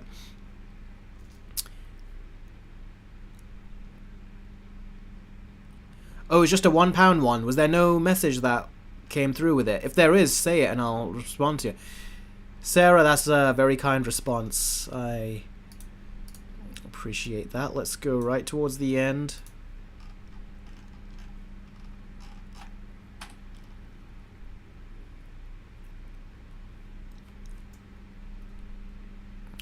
Let's see. I'm looking at my end here, and yes, the £1 did come through right when I hit the stop button, Time Shadow. There's no message attached to it, but it's there. So yeah, I just saw it. I just saw it. Oh, Sarah, that's so nice of you. Sarah says, no, there's no message or anything, Time Shadow. It's just the £1, it says. Sarah, that's so nice of you. She says, I'm going to join your Patreon, Eric. I normally prefer to watch movies alone for some reason, but I'll make an exception. Oh, that's so nice. I've actually got the Grinch in there, if you're interested. 2 videos where I react to the old animated Grinch and the newer Jim Carrey Grinch. So if you're interested in that, I've got a full watch-along of that, and I've also got watch-along of the Invincible TV show. And I've got more watch-alongs to come as well. So I hope you enjoy all the content there, Sarah. And yeah, thank you very much for your constant support. You've done so much, and you're already going on Patreon right after all of this. I really appreciate that, Sarah. Really, I do. All hail Captain Eric, says Ethan's Drawings. Oh, Parker says, didn't know this was happening. I did it 45 minutes ago, I think. I put out the announcement that the stream was happening. It's okay, Parker. As Khan says, so sorry, Parker. Really wish you could have joined us at the beginning. Don't worry, Parker. I will do another live stream. And you did catch me, I think, yesterday on that one, if I remember correctly. So don't worry. Hopefully I'll see you soon. Sarah, it's full movies, but for legal reasons, I can't put the full movie there. So I edit it, and I cut to the more important parts where I have something to say or have something to react to. What time is it in the UK, says Big Bash? It's 12:45, so it's past midnight. Sarah says, oh nice, I love to hear people's opinions on movies, so let's go. Yeah, and like I said, Sarah, we'll also be doing that on watch-alongs on YouTube, so that will also be a live watch-along, which you can also watch recorded if you miss it. So that will be another one, and it'll be an easier one if you want to get more reactions through that. Whew. Sarah says, I prefer the important parts anyway. Me too. That's why I edit the videos like that. Because I don't want you to sit through a 2-hour-long reaction in that way. So, yeah. Okay, everyone. Love all of you. Appreciate all of you. Can't wait to have next week's live stream. So, yeah, I'm going to get back to work and get back to doing stuff. So, catch you all later. I'm going to have a little bite and then brush my teeth and go to sleep. And maybe listen to some music from Aliens. Because, like I said, I'm still really obsessed with that film right now. Sometimes it just happens, you get obsessed. And welcome Ethan's Drawings to becoming a YouTube member. I hope you really enjoy the content that's coming. So, thank you all very, very much. Jess says, read my last question. I am having a nice day, Sarah, especially with you guys. Always a great bookend to my day. Jess says, Eric, look, I love the Apes movies and Dawn is my favourite one. I don't love all the Transformers movies. 4 and 5 are terrible. I agree, I didn't like 4 and 5 either. Take care, Ethan's Drawings. Take care, Dark Lord, Jess, Big Bash, Sarah, Jess, Sarah again. She says, oh yeah, I have phases for movies too. Yeah, I do too. Sometimes it's like all of a sudden you look at a movie and all of a sudden you just love it so much and you want to watch it over and over again for some reason. It's a bizarre feeling, but it happens. Khan says, you take care as well, Eric. All hail to the captain, and I'll be timestamping everything after the stream is over. Thank you so much, Khan. You make my job so much easier when it comes to these streams. It was a lot to keep up with, and I love that you were able to do that for me during these streams. I'll pin it, as always, at the top of the comment section as soon as you do it. Okay, my throat is going out now, so thank you all very much. Love all of you, and I'll catch all of you on next week's live stream. Take care.